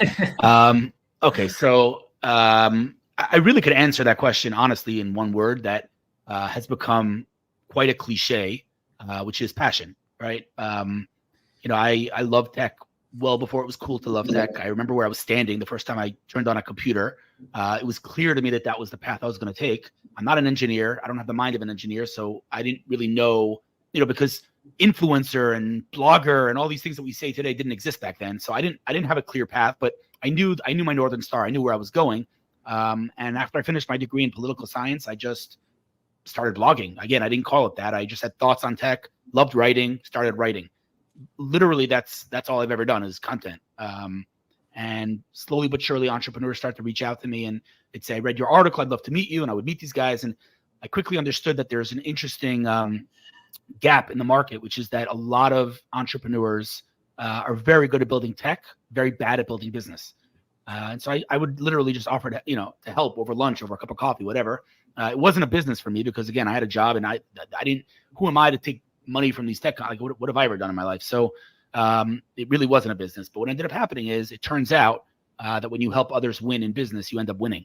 And so entrepreneurs start to pour into my inbox over the next 10 years saying, you don't remember me, but you helped me 10 years ago when you did whatever. You got us our first capital, you got us our first press, whatever it is. Today we're a big company, and what's it going to take to work with you? So I built this kind of portfolio of companies that I work with, from small startups that are literally in the garage to Google, Oracle, and Microsoft. And yeah, I mean, I'm a kid in a candy store that basically shows up to work every day, and I do not feel like I've ever worked a day in my life, which, if I'm being totally honest with you, is a little bit scary for me, because it's like you hear about these, these people that like, oh, before I was this, I was a waiter. And I'm like, before I was this, I was nothing. Like, I just started blogging. So let's hope that I can continue this career, because if I have to do anything else in my life, I'm going to be in big trouble. No, I hear you. It's the path that, one of the things that people need to realize is that there's two things that almost every one of the singular people like you have in common. Is that, number one, they live with passion and purpose. They have never worked a day in their life. And when they did have that waiter job, if they had it, they knew exactly where they were going and why they were doing it. And they had that kind of like, I am literally devoting my entire life to whatever this road and path untaken is going to be. And they love the grind. They love what they do, and they find it. And if you don't have it, you have to figure out how to find that thing that's going to basically pull you out of bed every single day. Number two is, I've heard you say this many times, and I love the model, is that you reap what you sow and you plant those seeds. It's like that 10-year later model of getting all of the fruit of your labor, but not being someone who's only giving in order to receive. As in, the reason why you were helping all those entrepreneurs was because you love this. Like, this is what, so if you have the mindset of, I'm investing in the future and I'm not giving so that one day these people give back to me, but I'm giving because I believe that if you become infinitely valuable and you give over just the most value you can because you love what you're doing, while you're doing, helping people, you will become not only that type of person that's able to scale and monetize and build a business out of it, but the people that you help are going to be people who would love to help you, because that's how this works. And it's the give, receive, give mindset, which is that you don't give in order to receive, but you end up getting infinitely more than you give, because that's how this world of business works. There's a lot of literature on this concept, but I didn't make it up. But I would highly recommend your listeners and viewers read a chapter in one of Tim Ferriss's books. The chapter is called The Canvas Strategy. But you could just Google The Canvas Strategy. It's unbelievable. I mean, it's basically, the concept is how you do business in today's day and age is you build canvases for other people to create masterpieces on, and that's it. And you pave the road for others to go on their way to success. You join them on that road. That's literally, that's it. That's the whole thing. And again, it's not only him. Adam Grant wrote, Give and Take, and Gary Vee wrote Punch, whatever it's called, the Jab, whatever he called it. So again, I didn't make it up, but it is amazing that, so many people have validated that this thing works, and so few people have adopted it. Like, nobody's willing to play the long game, which is, it's stupid, because it's just good business. It's good business to focus on the value you can give others and becoming indispensable to other people and other companies versus selling. No one likes to be sold to. But I guess I'm lucky that no one else has adopted it, because it makes me unique. 100%. Okay, so we're going to transition to the October 7th transition in just a second. But I just want to ask you one more question, which is, a lot of people, they hear the origin story and they kind of get excited. I want to hear a little more about, were there any like major turning points or major obstacles that you had to overcome along the way? And like at this point, like what does your actual business model look like? And like what are some of the like next steps for you? Obviously, we're not gonna, not right now because a lot of things are going on in the world right now. But before October 7th, like what are some of the things that you were working on in terms of like the next steps for you? Right. So the turning point was none of this was a strategy. None of this was a plan. None of this was like, okay, I'm going to do this and this is going to lead to this kind of business. Because again, this type of business didn't exist. So I guess the turning point was when I got an email from a Silicon Valley multi-billion-dollar startup saying, the subject was thank you. And it said, we appreciate everything you've been doing for us over the years. It's time we got you some stock and asked you to be a formal advisor. I'm like, what the hell's an advisor? And what even stock? What are you talking about? And that was when it like a little switch in my head, like, holy cow, this is actually a business. People, I've become indispensable to these people need me. And like, okay, there's actually money to be made here. So that I guess was a turning point, but challenges are endless. Are you kidding me? I mean, a lot of what I do is, let's call it qualitative versus quantitative. I don't run ads. I've never run an ad on the internet in my life. I wouldn't even know where to start. So it's very, the $1 million question that every marketeer in the world has to deal with is what's the ROI? How do you quantify it? Right. So, when I get a company press an article on whatever, on Forbes or on TechCrunch or whatever it is, or, I make an introduction from my perspective, it's like, okay, I just WhatsApp my friends at Forbes and got on that article. And so it's like, how do you measure the value? It's not in time, obviously, because it took you 2 seconds. On the other hand, like, how do you quantify it? So I think that that's a challenge that I'm always dealing with. And again, I'm not alone in that. Every marketer deals with that. But, how do you price something that isn't quantifiable? You know what I mean? So that's a challenge. But listen, I mean, everything changed on October 7th. I mean, none of this was a strategy. None of this was like, okay, I'm switching hats right now. I'm going to turn into, Israel advocacy. It was never a decision in my head. But it was a really strong force that pulled me in.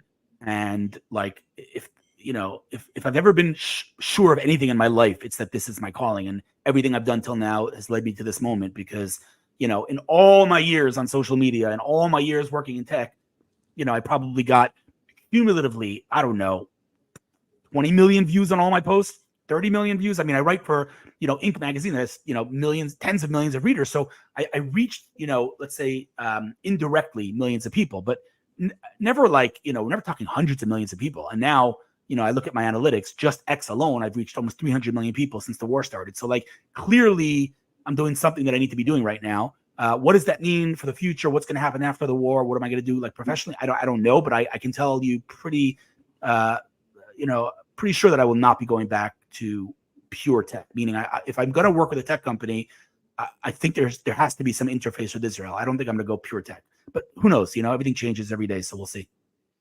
I mean, I could not agree more. It's one of the things that every single person who takes your journey realizes is that you have the goals to create the journey, but then the journey reshapes the goals, and you end up kind of like really riding the waves of spontaneity and recognizing like who you're supposed to be as you essentially play out who you think you're supposed to be. So let's kind of dive deeper, because I mean, I think everyone who's really doing anything in the world right now, and anyone especially who's sharing their voice in support of the Jewish people in Israel, not only has seen your content, but has really been guided and inspired and see what you're trying to do and how you're trying to do it. So let's kind of, go through the actual steps. So I saw you literally right after October 7th, write a little bit of in a reflective way that I saw this coming. As in, you had some sort of, we're not going to go into metaphysics and, Ruach HaKodesh, but that you had some sort of sixth sense that something was happening and that you were not surprised. And immediately, literally the morning after, you said exactly what was going to happen, which is that Israel is going to fight back and the world is not going to let them. And I'm warning you right now that we are not going to stand by. We are going to essentially defend ourselves, and we're going to experience the biggest media backlash in Israel's history. And I'm preparing you right now that we are going to do this, and I am going to stand by and be that voice of reason. So take me through the actual. I know how you mentioned it was a lot of like, I didn't make the decision. It was spontaneous. Like a lot of these things kind of just happen. But in reflection, you get to say that like in real time, like take me through the before, the during, and the after, where you basically like got your machine gun, so to speak, which is your iPhone basically, and said that this is going to be my weapon for Klal Yisrael and for Israel and for the Jewish people, and I'm basically going to war. Like take me through that entire transition. So, I'd like to pretend that like I'm some kind of prophet and like, wow, how did I think of that? But honestly, I think that anyone who didn't predict this wasn't paying attention. Like there were too many things that were like just boiling over. I mean, again, there's, Russia and Ukraine, there's America and Iran, there's China, there's, internal politics in America, the horrible internal politics in Israel. It was just, there were too many things. And I wrote in a post about 3 days before the war, something big's coming and Israel is going to be at the center of it. I don't know. Again, I'm not a prophet, but the writing was on the wall. So, I'm in shul on Simchas Torah, like all of us, and the rumors start to spread and people start getting called up. And obviously we don't have our phones on us. Everyone's like, what's going on? And the rumors, and I'm like, there's no way thousands of terrorists came into Israel. It's not, no way. And people started to basically tell me, listen, it's bad. And, as someone who lost a brother to terror, every terrorist attack is extremely triggering. This one was no different. And everyone around me was just like, calm down. It'll be okay. It'll be okay. And I don't know where I got this number from, but I said to several people, including my wife, I'm like, how am I supposed to calm down? Like, what happens if I come back, and turn on my phone and there's 75 dead Israelis? And I don't know where I got that number from, 75. That was like the craziest situation I can fathom. Like that was a number that like the farthest my brain could go. Obviously we know, what did happen. I think, like I said before, I was pulled into it. I never made a decision to switch hats. In a way, I very much do feel like I'm channeling Ari and what he did.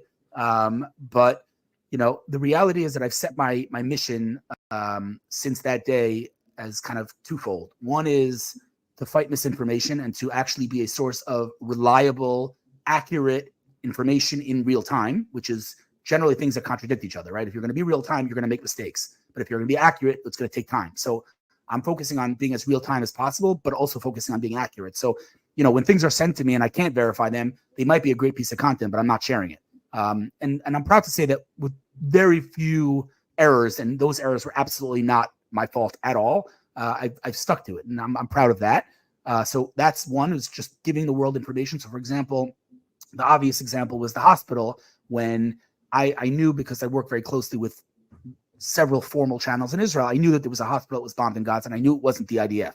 So I posted and I said, heads up, you're going to be hearing about a hospital that was bombed and you're going to be told it was the IDF. It was not the IDF.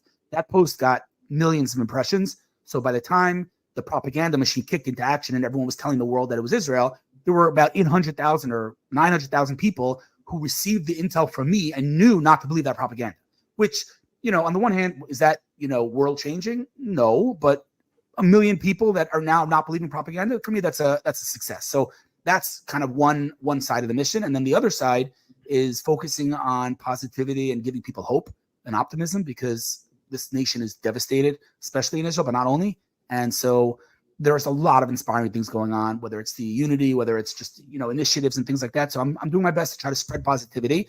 But I've said many times that I'm reminded of the famous scene in Superman where Superman catches Lois Lane and he says, "Don't worry, I got you." And she says, "Okay, but who's got you?" Which is, it's easy where I'm trying to elevate everyone, but I have hard moments. Today was a very hard moment for me because I woke up and there were 10 soldiers killed, and I'm like, I can't do this anymore. But yeah, that's what I'm doing. So let's kind of actually dig deeper into that, because I think that's probably the unspoken challenge for everyone who takes a leadership role in life, is that let's say you run a business or you run a team. They look to you for a source of guidance and inspiration, but most of those people are lower down enough that they have like 20 levels above them, that there's someone who can inspire them, who can guide them, who can give them information. So I guess the two main follow-ups to that is, number one, who is or who are your sources of inspiration right now, that kind of when you're down, like obviously you can go deeper in within yourself, but everyone needs something to look up to. So who is or who are your sources of kind of inspiration right now? And how do you verify the things and the information that you get before you share it? Right. So as far as inspiration, obviously, got to give a shout out to my wife. Obviously, she's a rock. She has her moments, and hopefully, I have her back when she has her moments. But she definitely is there for me when I have my moments. On a more, let's call it professional. I don't know if I call it professional level. Someone that I've looked up to basically my whole life, for sure, my whole career. But I don't only look up to this person professionally. I look up to him as a Jew. I look up to him as a father. I look up to him as everything. Which is Michael Eisenberg. I just listened to his podcast with David Bashevkin on 1840 about an hour ago. I needed that podcast more than words can describe. Like I was drowning in like devastation today. And he just gave me perspective. And I think I know him my whole life, and he's really figured it out. He's got it all figured out. Like the guy has, I don't know, 8 kids, 9 kids. I don't even remember. He learns with his kids. He does dafyomi. He writes svarim. He runs a venture capital firm, hundreds of millions of dollars. He's bringing people on Aliyah. He's helping people get jobs, playing baseball with his kids. I don't know how he finds all the time to do what he does. But he has this ability to have perspective. And I texted him a half an hour ago, and I said, like, I told him I love the podcast. I said, like, I'm having a really hard time. I really need that podcast. So he said, like, he's like, hang in there. And I'm like, okay, but I need, like, give me some sort of scenario. I don't care. Go crazy. Be as creative as you want, but give me some sort of a scenario in which we get out of this in a good way, how this ends well. So, he gave me his thoughts from the Torah, and, definitely encouraged me. But the bottom line is, like, I think everyone should have at least one, if not more, mentors of people that they look up to when things are good and when things aren't good. And I think Michael has been, for me, a big inspiration for many, many years. Amazing. And I guess the one follow-up is, like, how do you have a couple key sources where you get your information from, or is it basically try your best to verify, and because it's so real time, you basically take the calculated risk? No, I don't take calculated risks. So, without obviously naming names, I work very closely with the IDF in a formal capacity. I have relatives that are in the Knesset, in the parliament, with formal roles there. I'm part of several exclusive, less exclusive WhatsApp groups with some of the most powerful people, specifically Jews in America. And so I have all these sources. And so when I'm given information, my instinct is like, okay, share this information. This is great information. But I have to fight that instinct, because again, once I start sharing news that's not verified, I get in big trouble. And again, it's happened once or twice because I read something, on 3 or 4 different sources, all reliable sources. So I assumed it was true and it was not true. So I have to be very, very careful. But yeah, I just cross-reference. I just make sure, that the information is verified, it is real. And I try my best, but it is a balance between being real time and being accurate. It's important to get the information out, not when the news gets it out, because then we haven't accomplished anything. So it is a balance that I'm, trying to strike every moment of every day since this war started. Powerfully put. I think it's very powerful and inspiring for people to hear that, because there's such, especially when someone's as impactful as you, I know this more than most people, there is a desire to post something that you think will do well, that you think will go viral, especially when you believe it's true, and to kind of resist the temptation to just spontaneously click, post, and to actually do the due diligence and to do your research and to make sure that it's verifiable, especially when it will reach millions of people potentially. It's it's good for people to know that the person who is both inspiring them and giving them their information is not just doing it because it kind of pumps their own ego, but because they actually have done the research. I think it's very powerful for everyone listening to hear that, especially when you get tempted on the social media journey to basically sell out and just do things for likes. So the next thing that I have to ask you is kind of, and this is the key, which is why it's a difficult transition. No one really cares about anything except for what's going on in Israel right now, for very good reason. And it's part of why we're experiencing a kind of paralysis and stagnation in the business world, the likes of which we probably haven't seen since COVID. And like for me, like whenever I post anything about business, it does like a 20th of what it used to do in terms of social media, and for very good reason. Like almost everything that I'm posting about is about Israel and the Jewish people. And it's weird when I post about it, and it's also weird when anyone posts about it, only because like the story right now is literally like making sure the Holocaust doesn't happen again, and fighting for truth, and the light of Hanukkah, and the deaths of our fellow brothers and on the front lines, and literally like everyone feels this kind of like real struggle. And a lot of the whole essence of what we're doing right now in terms of this event is preparing for JBiz and a business event. And there's always this kind of like conflict of values of like, on the one hand, people need to make a parnasa, and it's also not just about making a parnasa. People want to succeed, they want to grow their business, but right now the main, not only the main attraction, but the main value is survival, success, and essentially the progression of the Jewish people, like not your business. So the transition itself to talking about business and JBiz is awkward, and that kind of tells you the type of time that we're in, and the kind of value struggle that people have when it comes to building their business. So I guess if you can speak a little bit about that, because even you, like anything that you would post about marketing or your business or events that you're doing, it's awkward because it's like, 1 second, are you a leading voice of Israel advocacy, or are you building your business? And it's crazy. I mean, I just posted on Twitter, and I literally sat there with like the post button, just like, do this, don't do this, do this, don't, like whatever. I was driving in Tel Aviv today, and I saw a Polestar, which is the car that I drive, a Polestar 4, which is like the next 2 generations ahead, and it was using Israeli technology to be fully autonomous, which I've never seen before in the wild. It was great, like fully autonomous, not like Volvo autonomous, like literally fully, nobody in the car, like it's unbelievable. And I was like, post this, don't post this, and I did, and I think it might have been literally maybe my first tweet since the war started that hasn't been about the war. I connected, and I said, oh, I went to Tel Aviv for the first time since the war started, but like, it's really weird. It's a really weird thing. And, without getting too much into this, because I have a really hard stop 30 seconds ago, we have to shift perspective here. Like, if you look at this war through a human lens, you are going to lose your mind, because none of it makes any sense. From beginning to end, none of it makes any sense. But like, just this point specifically, like, why is anyone even talking about this war? Think about it. Why is the entire world obsessed with this war? Like, what are 300 million people being killed? Like, in Syria every day, the amount of people that have died in this war are killed every single day in Syria. And like, who talks about Syria, right? Ukraine, Russia. Like, why is the world obsessed? The world is obsessed because God wants the world to be obsessed. Why? I don't know. But the bottom line is, this entire war has become the most dominant, geopolitical conflict since I don't even know when. So it is very, very weird to go and do the normal things. Like I had a meeting today, with someone who I would generally take a picture with and generally write a nice post about, but I obviously did not do that. And I've met, some people here and there over the war, and it's like, I so want to take this picture, and I'm like, I can't do it. Like, I just can't do it. So it is a struggle. I'm drawn to be the normal quote unquote Hillel, but I can't do it. No, I hear you. So I guess the real question that I want to ask you, and this is, I think, the question that people want to hear, is you've been on the front lines, fighting the media war, but there has been this unprecedented achdus, throughout not only Israel, but throughout the world in terms of the Jewish people coming together. And the real essence of what JBiz and what this event is kind of leading to is to kind of bring the Jewish business world together.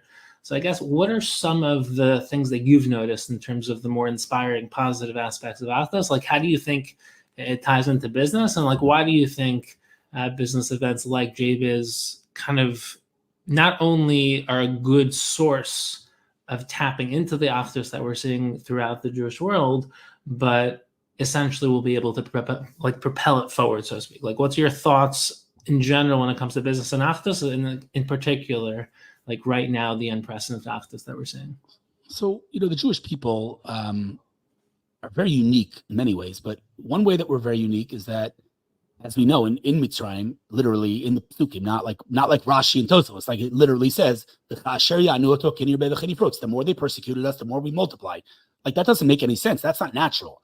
But that's what we do. We thrive under pressure. We always have, and we always will. And so, when pressure is applied externally, we unite. That's what we've always done.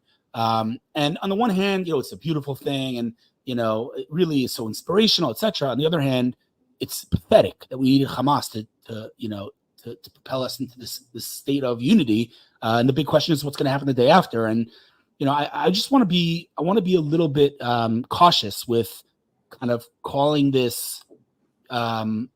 I don't know. I want to make sure it's not on the surface. Is what I'm saying. You know, like right now, okay, we have a joint cause. We have to like survive. So of course we're unified. I just want to make sure that unity is deeper than just kind of superficial. But when it comes to business, I think that, you know, I don't need to tell you guys this. I mean, business is 100% people. It's 100% relationships. It's not 99. It's not 90. It's 100% relationships. And anybody that's done business knows that. Michael spoke about it on the podcast, that all of his investors and his VC, all of them from anywhere in the world, the UK, the US, the UAE, they all called him to see how he's doing and to offer help, not because they necessarily are on Israel's side, but because they have that personal relationship. So, you know, when there's this level of unity and there's this level of togetherness and joint cause and joint, survival, I think that, you know, business has the potential to leverage that and to capitalize on that, again, within the limitations of we're living and fighting an existential war right now. So again, it's that balance. It's not easy to strike, but, you know, potentially if one can tap into that without overstepping, I think it could be a tremendous kind of business opportunity. So beautifully put. Hillel, it has been an honor, a pleasure, and a privilege. You are literally one of a kind. You're an inspiration to obviously me, but to everyone listening. Thank you so much for giving so much of your time, and keep on fighting the good fight. You were literally the best. Thank you, sir. Great to meet you.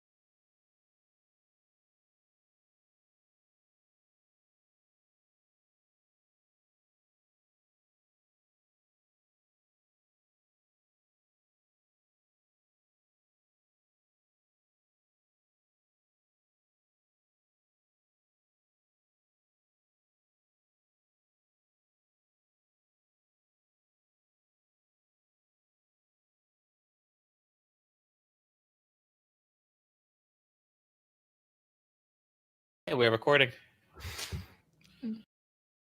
Founder of Daily Giving. And I think what often goes underrated when it comes to an organization as impactful and really transformative as Daily Giving is that, number one, you are someone who has another job. As in, it's not like you've always been doing this and this was your kind of your entire trajectory. A lot of people, they identify themselves as normal. Right? They kind of go to school, get a job, and then everyone has that Shabbos table conversation of the idea that's going to change the world, what's missing in Klal Yisrael, how I'm going to basically stop just kind of living in the shell and start actually doing something with my life. I'm going to build something. I'm going to change the world. Klal Yisrael needs this. And then they just go eat their cholent and then they go on with their lives and go back to what they were doing. So what I'm really curious is to hear more of the real, not only the inspiration behind it, which I really want to hear about, but you personally doing what I think 1 out of 1,000,000 people do, which is go past the moment of inspiration and actually do it.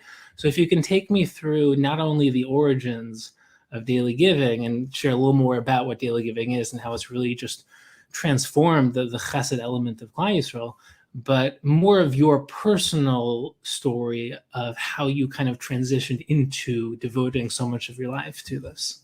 Sure. Okay. Thank you, Rabbi Reifman.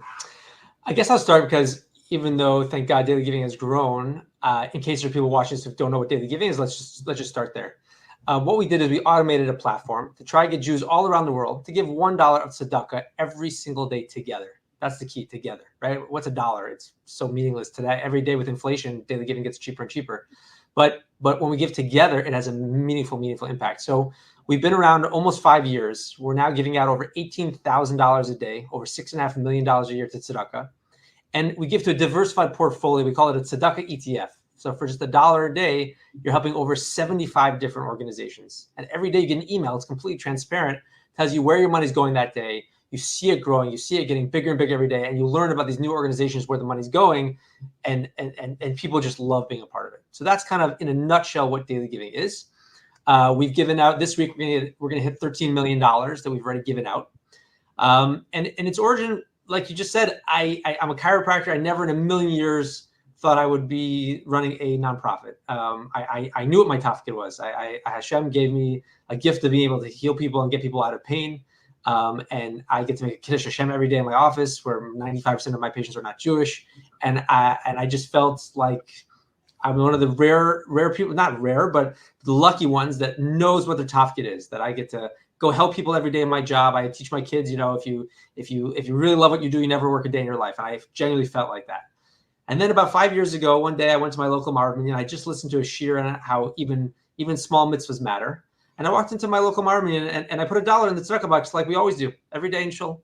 And I was just overcome with this aha moment of, no matter how much tzedakah I give, I still get a mitzvah for this $1. So how can I guarantee myself this mitzvah of tzedakah, giving every single day, no matter what? That was the idea that went into my head. And you said, like, how did you go from an idea to happening?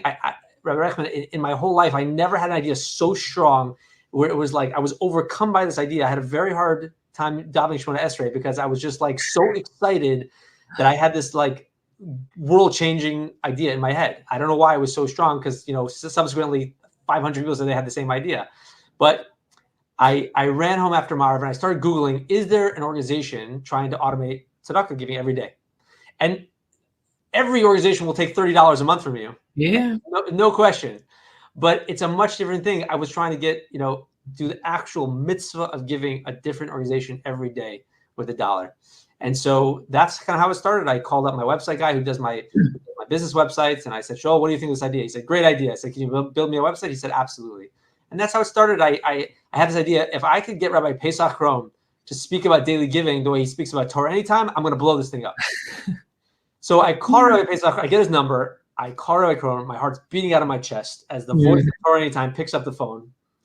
And I told him the idea, and he says, this is a great idea. You're sure there's not 10 people doing this already? I said, Rabbi, I checked. There's no one doing this. So he said, let's get a rabbinical council together so that people understand the money's going to real organization doing real things and not going to your kid's college fund. And I said, good. I think it's a good idea.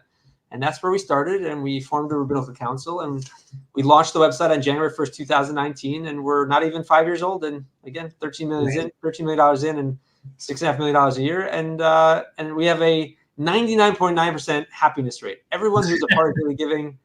There's always going to be that 0.01, but it's I love it. So here's the question I have for you. So the essence of daily giving really, it emphasizes a couple points. Number one is not just having given tzedakah, but the active form of repetition, of essentially like the daily component revolutionizes not just like your money being transferred, but every single day you feel like you're contributing to something powerful, which is the essence of success. Is not the moment of inspiration. It's not once in a while the occasional high performance act, but it's repetition. As Rambam famously says, if you're going to give $10 tzedakah, much better to give 10 individual acts of tzedakah, because it creates, both individual activity and also repetition, building the habit. But the question I have for you is, the essence of daily giving is also not only the daily component, but it's really building that unity, the achdus of feeling like you're part of something bigger, feeling like you're part of Klal Yisrael, investing your life towards something bigger than yourself. And that's really, I think, the essence of what we're trying to build at JBiz, which is an event of bringing the Jewish business world together, bringing individual networks into bigger networks, having people expand the opportunities, not only job placement, but small businesses being able to scale, expanding your potential clientele, really expanding your boundaries and your paradigms, meeting new people, things like that. But whenever it comes to building something that inspiring and kind of tapping into the achdus component, the synergistic component, something new, something that's kind of building something, you're always going to have some pushback. You're always going to face difficulty. So I guess there's two real questions I have for you. Number one is what has been some of your biggest, I guess, personal and as an infrastructure, daily giving as a whole, what have been some of the kind of the struggles, the obstacles, the roadblocks that you faced? And then for someone who is in your shoes, but maybe even younger than you, maybe someone who's a teenager, someone who's 25, thinking of building a business, building a for-profit, non-for-profit, whatever it is, what would you say are some of the key principles that you've learned along the way, probably from the obstacles you faced, that you would give to someone who's trying to start something like this? Great questions. I'll start with, let's say, what I think is our biggest struggle with daily giving. And, people see that there are, over 18,000 Jews from 39 countries giving $1 tzedakah together. They're like, wow, that's unbelievable. And thank God it is unbelievable. And I see that now. But if you asked me 3 months as we were leading and building the website in 2018, before we went live, I thought we'd have 18,000 people signed up in the first 3 months. I truly did, because everyone I told the idea about was like, that's such an amazing idea. What a no-brainer. But when it comes to actually getting people to take their credit card out of their wallet, from the time they think, wow, great idea, I want to be a part of that, to actually doing the action, is a lot harder than I expected. And I think that there's a couple of reasons for that. One, I think that when it comes to tzedakah, I think that we all have a yetzer hara. Hashem made it hard. If it was easy for us to give away our money, then there would be no reward for it. And I think that we all work so hard for money, and money is something that inherently it can be difficult to give away because we work so hard for it. And in the Jewish community, let's be honest, we get hit in so many different places, right? We pay tuition for our kids, and then we pay our shul dues, and then we give to 3 or 4 or 5 of our favorite organizations. But then besides that, like, there isn't a day where you don't get a WhatsApp, for the Chesed Fund, and of course with the war in Israel now, everything going on, like, we just get hit. We become so almost immune to like being able to say no, because we almost have to compartmentalize because we're asked so often. So that's been a challenge of actually getting, thank God I had a big zchus to have had a great relationship with Rabbi Zachariah Wallerstein Zatzal.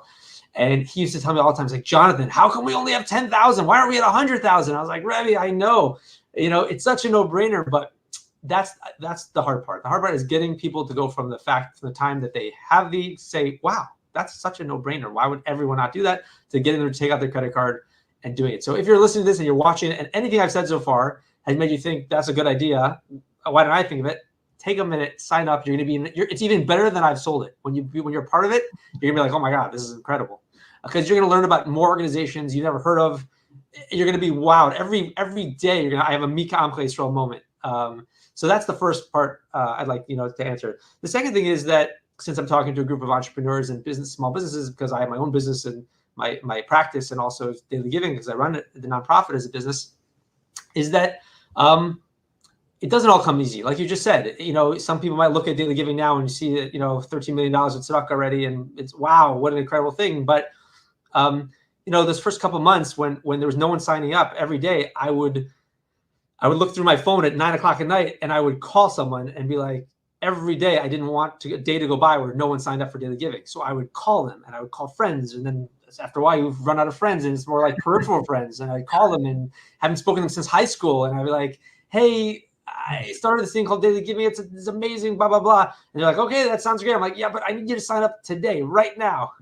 And every day I would get one person. And so it wasn't always easy going. And so one piece of advice that's stuck with me, Rabbi Krohn is famous for this line. I don't know where he came up with it or where he got it, but he has an equation. It's SW cubed over N. Okay, so picture a big equation, SW cubed over the letter N. Mm-hmm. So it means some will, some won't, so what? Next. I'm gonna say it again. Some will, some won't, so what? Next. And I think that is such an amazing thing that helped me both in my career as a chiropractor, to help me with daily giving, is that we're all salespeople. We're all selling ourselves in one matter or the next, right? And you can't get bent out of shape when someone says, oh, I like your tzedakah, that's nice, but I'm not interested. Or whatever it is, I think it's just so important to build that resiliency, to understand that not everyone is always going to buy what you're selling, and that's okay. It's not for everyone, whatever it is, whatever business you're trying to start. But if you believe in what you're doing and you think you have a good idea and you have a great business idea or whatever it is in life, just understand that there's going to be people that think that what you're doing is great, and there's going to be people think that what you're doing is stupid. And if you believe in it and you have other people that are smart that think that you have a good idea too, then it's worth really pursuing it and trying and having that resiliency. And I think that everything I learned as a chiropractor, the fact that I'm a chiropractor versus a medical doctor, and it's not as easy for a chiropractor to have a successful practice as it is for a medical doctor, and all these other things, it was good for me to build those muscles of resiliency and that really, really lined me up to start this nonprofit. 100%. And I love that. And I think also the key for people to realize, and this is one of the most important things for understanding sales, is when you're selling something like truth, like daily giving, like chesed, like Torah, something much bigger than yourself, you're not selling because you are actually representing something bigger than yourself. So the real kind of the kind of uneasiness of selling is you feel like you're pushing something that's, you have ulterior motives, it's kind of, egotistical, it's, for your own financial success.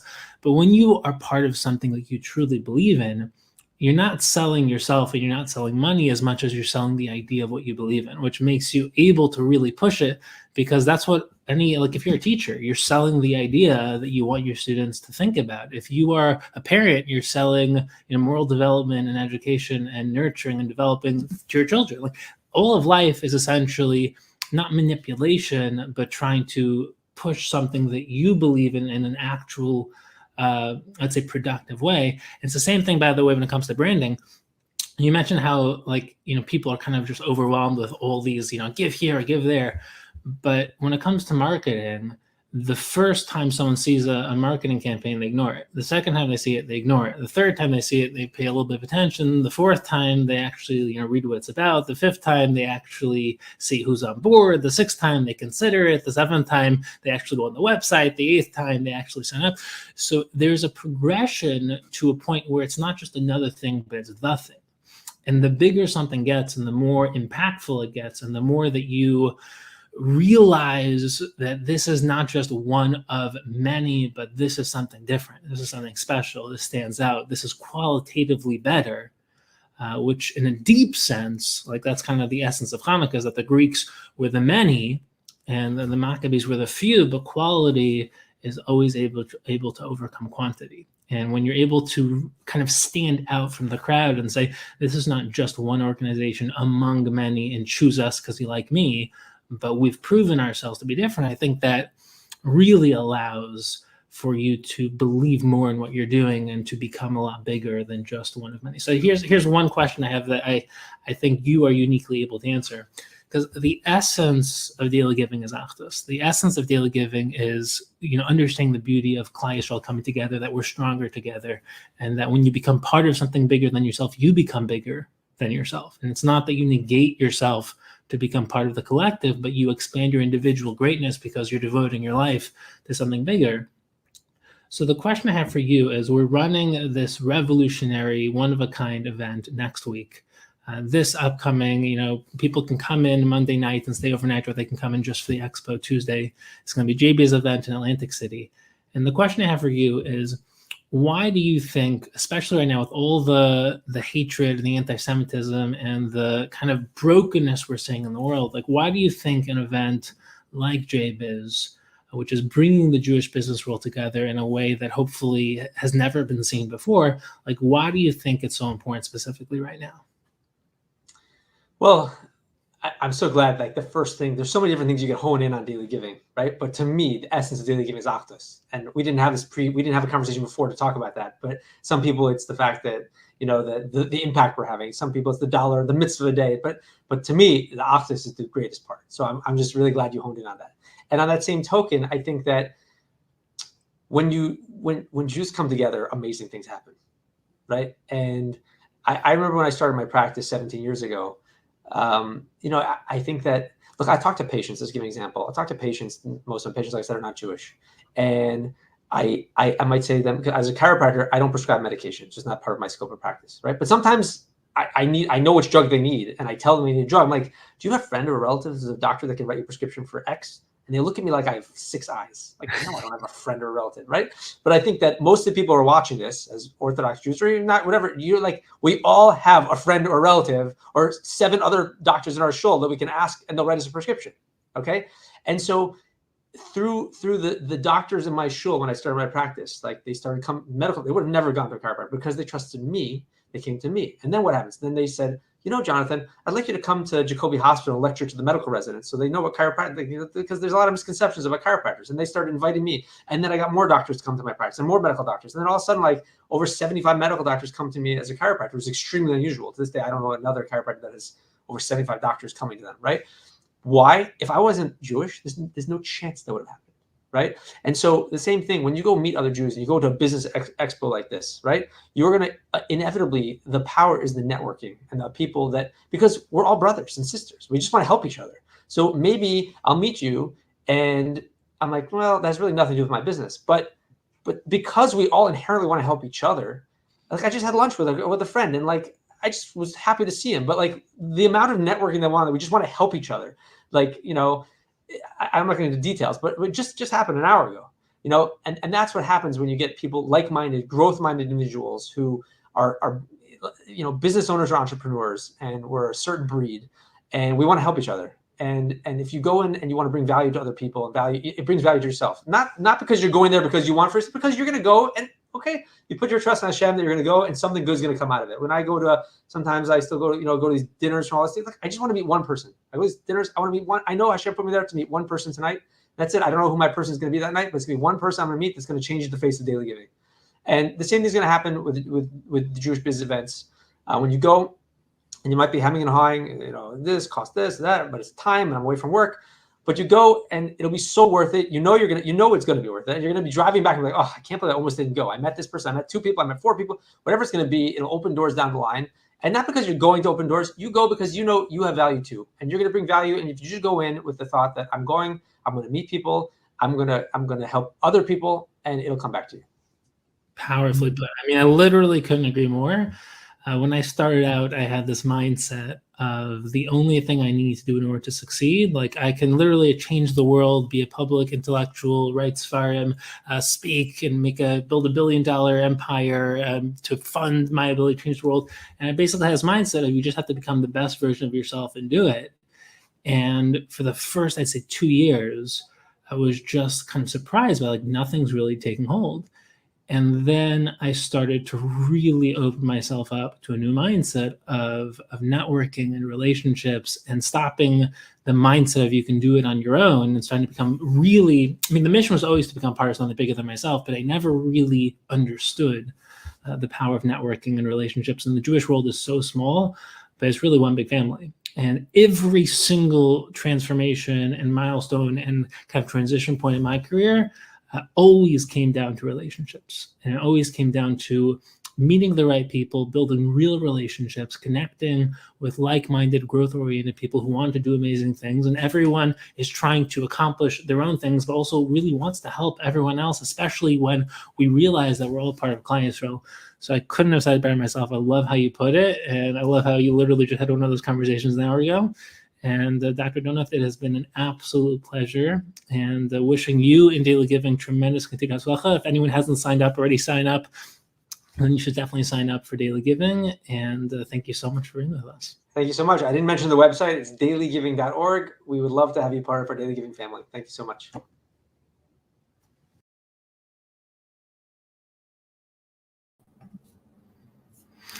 Okay, everyone. So that was literally out of this world. That was amazing. All right, we had Dean Wasserman, we had Jason Pfeiffer, Bob Burke-Hillefold, Jonathan Donath. And I think one thing is very clear. There are a couple keys and key takeaways when it comes to what unifies every single one of those key players and every one of their messages, which is that number one, these people are normal people. They're the normal people who found their passion, who found something that they want to devote their lives to, and they went all in.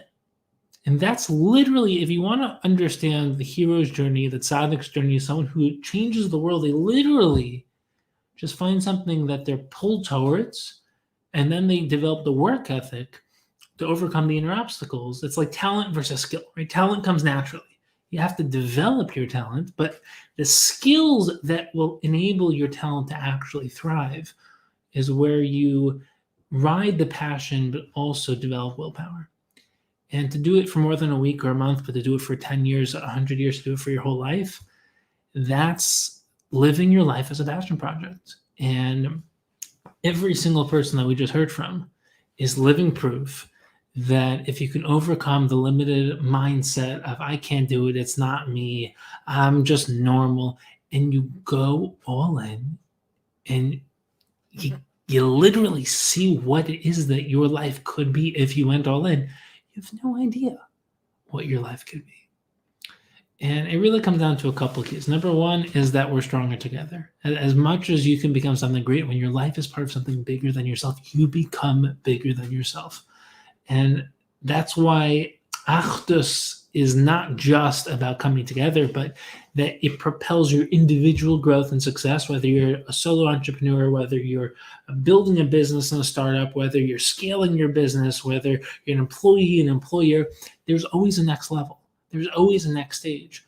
But understanding the hierarchies of infrastructures and how the only way you become bigger is if you're part of something bigger than yourself, you play a bigger game. And most people play a finite game. They're just trying to make it or succeed. But when you start expanding your horizons and you realize there's an infinite trajectory and you're excited about that journey, life becomes incredible. And the key to becoming part of something bigger than yourself on a practical level, especially for business, is networking.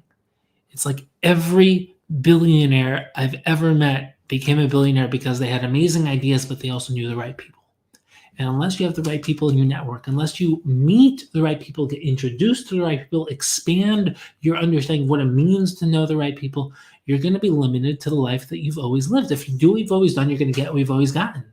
But if you can expand any dimension of your life, you can expand every dimension of your life, and networking is no different. And the essence of JBiz is not just meeting people, but meeting the right people, quality people, people that can literally be that one relationship that changes your life, whether it's getting a job, whether it's doubling your income or your revenue, whether it's tripling, whether it's 10xing, whether it's meeting that right person who's going to fund this. You don't understand what you don't understand until you can look in the past and see, oh my gosh, that one relationship, that one conversation, that one thing changed my life. And that's what these events do, is they give you the opportunity for life-changing trajectories. Whether it's hearing the right ideas, as Dean Wasserman explained it, or meeting the right people, as a lot of the other speakers said, the key right now is recognizing that what we're putting together next week in Atlantic City is going to be incredible. I'm going to be there. You're going to be there. It's going to be out of this world. So we are offering a special 50% off discount for anyone who's here live or who watches this recording. The discount is JBiz, JBIZ. You can redeem that. We're also going to give out BOGO. So if you buy a ticket, you can bring a friend for free, or you can split it with a friend, but don't tell us. And the key right now is recognizing that the way this event is going to be amazing is by bringing more amazing people like you and the people that you know to this event. So bring your friends, bring anyone that can gain, anyone that you think will add value, because we're going to build something extraordinary.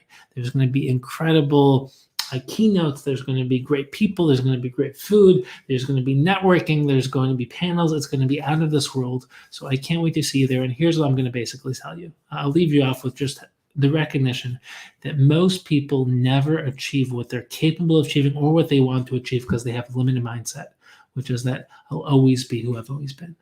But if you're that type of person who right now is kind of debating, whether it's coming to this event or whether it's taking your life next level, becoming a better leader, a better speaker, a better person, a better spouse, better Eved Hashem, it's the decisions that change everything, and it's acting on those decisions, small steps, and the way you build a skyscraper is one brick at a time. So make coming to JBiz that one brick, make it your next step.